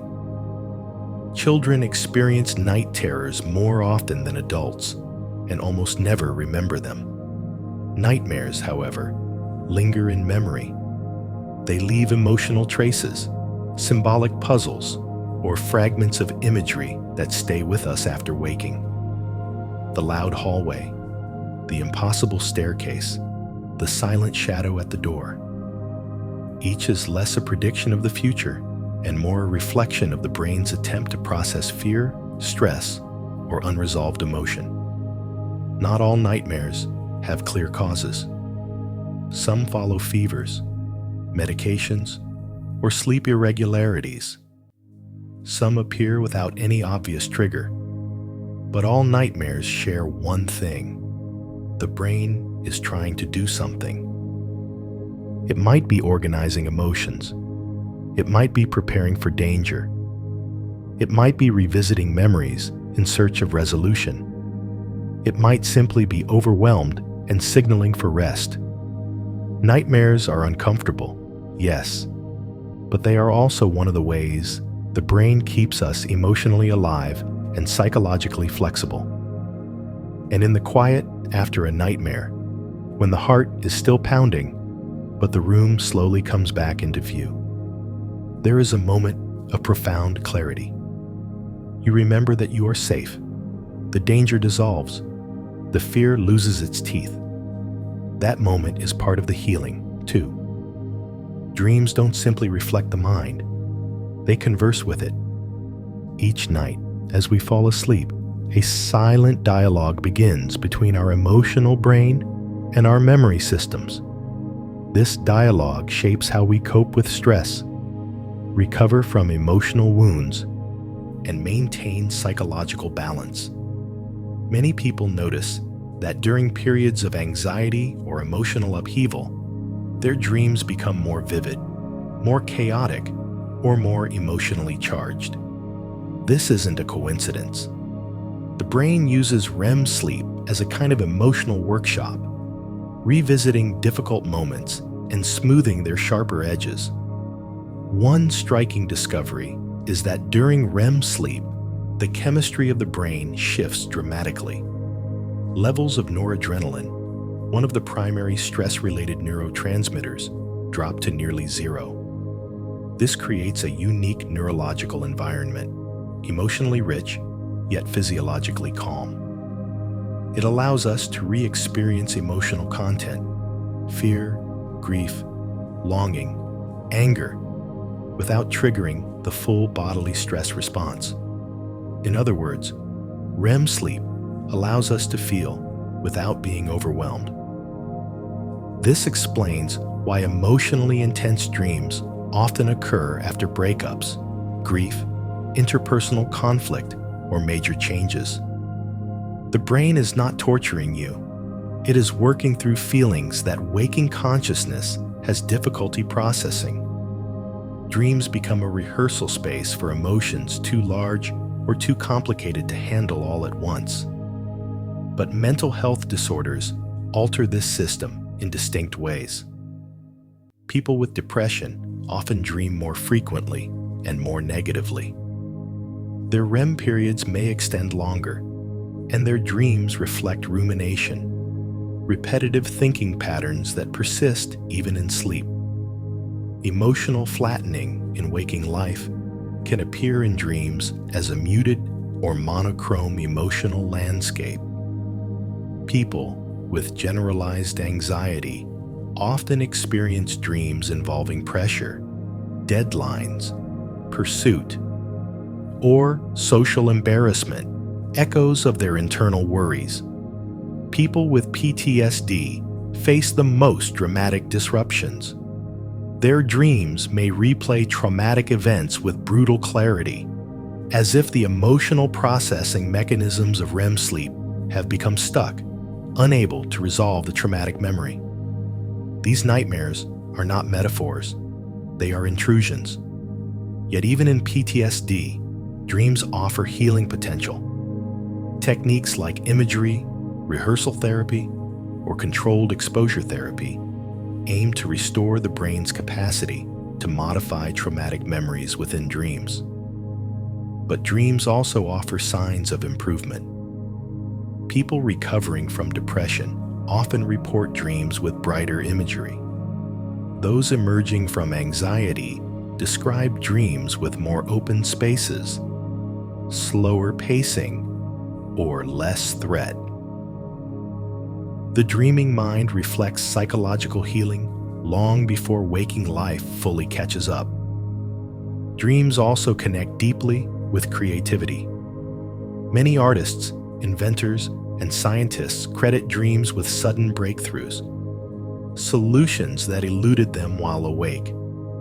This creative link is tied to the brain's decreased executive control during REM sleep. Without the rigid logic of the prefrontal cortex dominating thought, ideas float more freely, recombine more fluidly, and form surprising connections. Your dreaming mind is not broken when it generates strange or unruly imagery. It is experimenting, and it experiments with every part of you: your fears, your desires, your history, your future, your unsaid thoughts, your unresolved conflicts. Dreams are the place where emotional truth speaks in metaphor.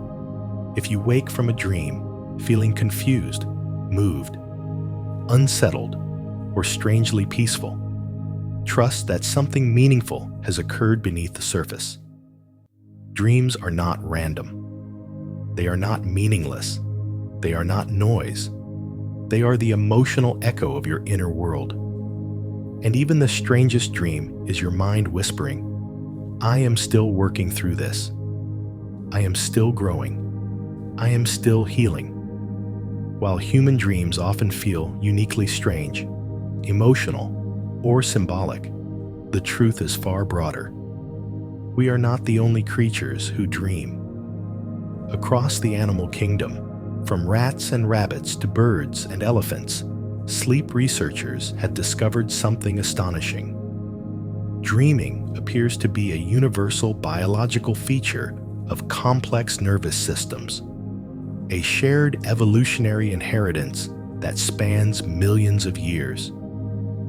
Imagine a sleeping dog whose paws twitch, whose whiskers tremble, whose tail gives a few hopeful wags, or a cat murmuring softly as if stalking prey in its quiet nighttime world.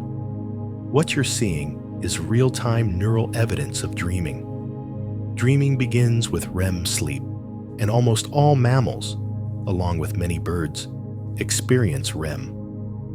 Their eyes flick behind closed lids, their muscles fall into paralysis, and their brain activity becomes vivid and irregular. This pattern mirrors humans so closely that early scientists were stunned. Were these animals also seeing images, feeling emotions, replaying memories? Then came one of the most famous studies in dream science. At MIT, researchers trained rats to run a maze while monitoring their brain activity. As the rats navigated the corridors, specific neurons fired in precise sequences, mapping the route like a cognitive GPS. Later, when those same rats entered REM sleep, the exact same neural patterns replayed in the same order, sometimes faster, sometimes slightly altered, but undeniably identical. It was the first direct evidence of an animal mentally reliving an experience during sleep. In other words, the rats were dreaming of the maze. Since then, zebra finches have been shown to sing their songs in their sleep, their brain activity mirroring the precise motor patterns of their vocalization. Dolphins, despite sleeping with only one hemisphere of the brain at a time, still show dreamlike neural rhythms. Elephants experience REM sleep while lying down and appear to dream less frequently, but with longer episodes.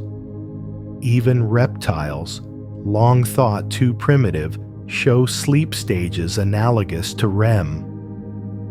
If that holds true across more species, dreaming might be far older than mammals themselves. It could be a fundamental tool that evolution discovered early, a way for brains to rehearse, consolidate, and emotionally process without risk. But what are animals dreaming about? We may not know exactly, but behavioral and neurological clues offer hints. Predators may dream of hunting. Prey animals may dream of fleeing danger. Social animals, like dogs, elephants, and primates, may replay social interactions. Birds may rehearse complex song patterns or flight sequences. Your dog, for example, is remarkably likely to dream about you. Dogs dream of the things most central to their emotional lives: companions, routines, scents, joys, and fears. Cats dream of stalking behavior, even indoor cats who have never hunted. Horses dream of herd movement. Mice dream of navigation. And research strongly suggests animals may also dream about emotions. Stressed rats show fragmented REM sleep similar to traumatized humans. Comforted rats return to smoother dream cycles. This implies dreams serve emotional regulation across species, not just memory. But here's something even more fascinating. Animals may also experience nightmares. In studies where rats face stressors, their dream-related neural patterns predicted avoidance behavior the next day. This suggests their dreams carried emotional weight, perhaps even fear rehearsal, much like human nightmares. If animals dream, remember, and emotionally process during sleep, what does that mean for our understanding of consciousness? It suggests that dreaming is not a uniquely human window into the mind, but a biological language spoken across the tree of life.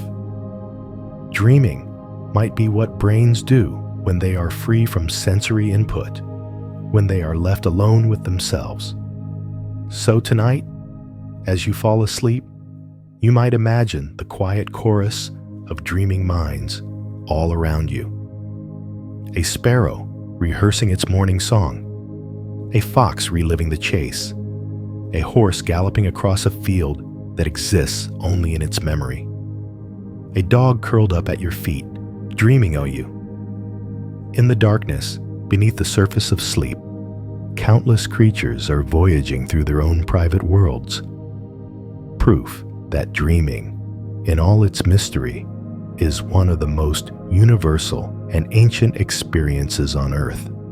We stand at the threshold of a quiet revolution, one where the mysterious world of dreams, once sealed behind the eyelids, is beginning to be mapped, decoded, and perhaps one day even shared.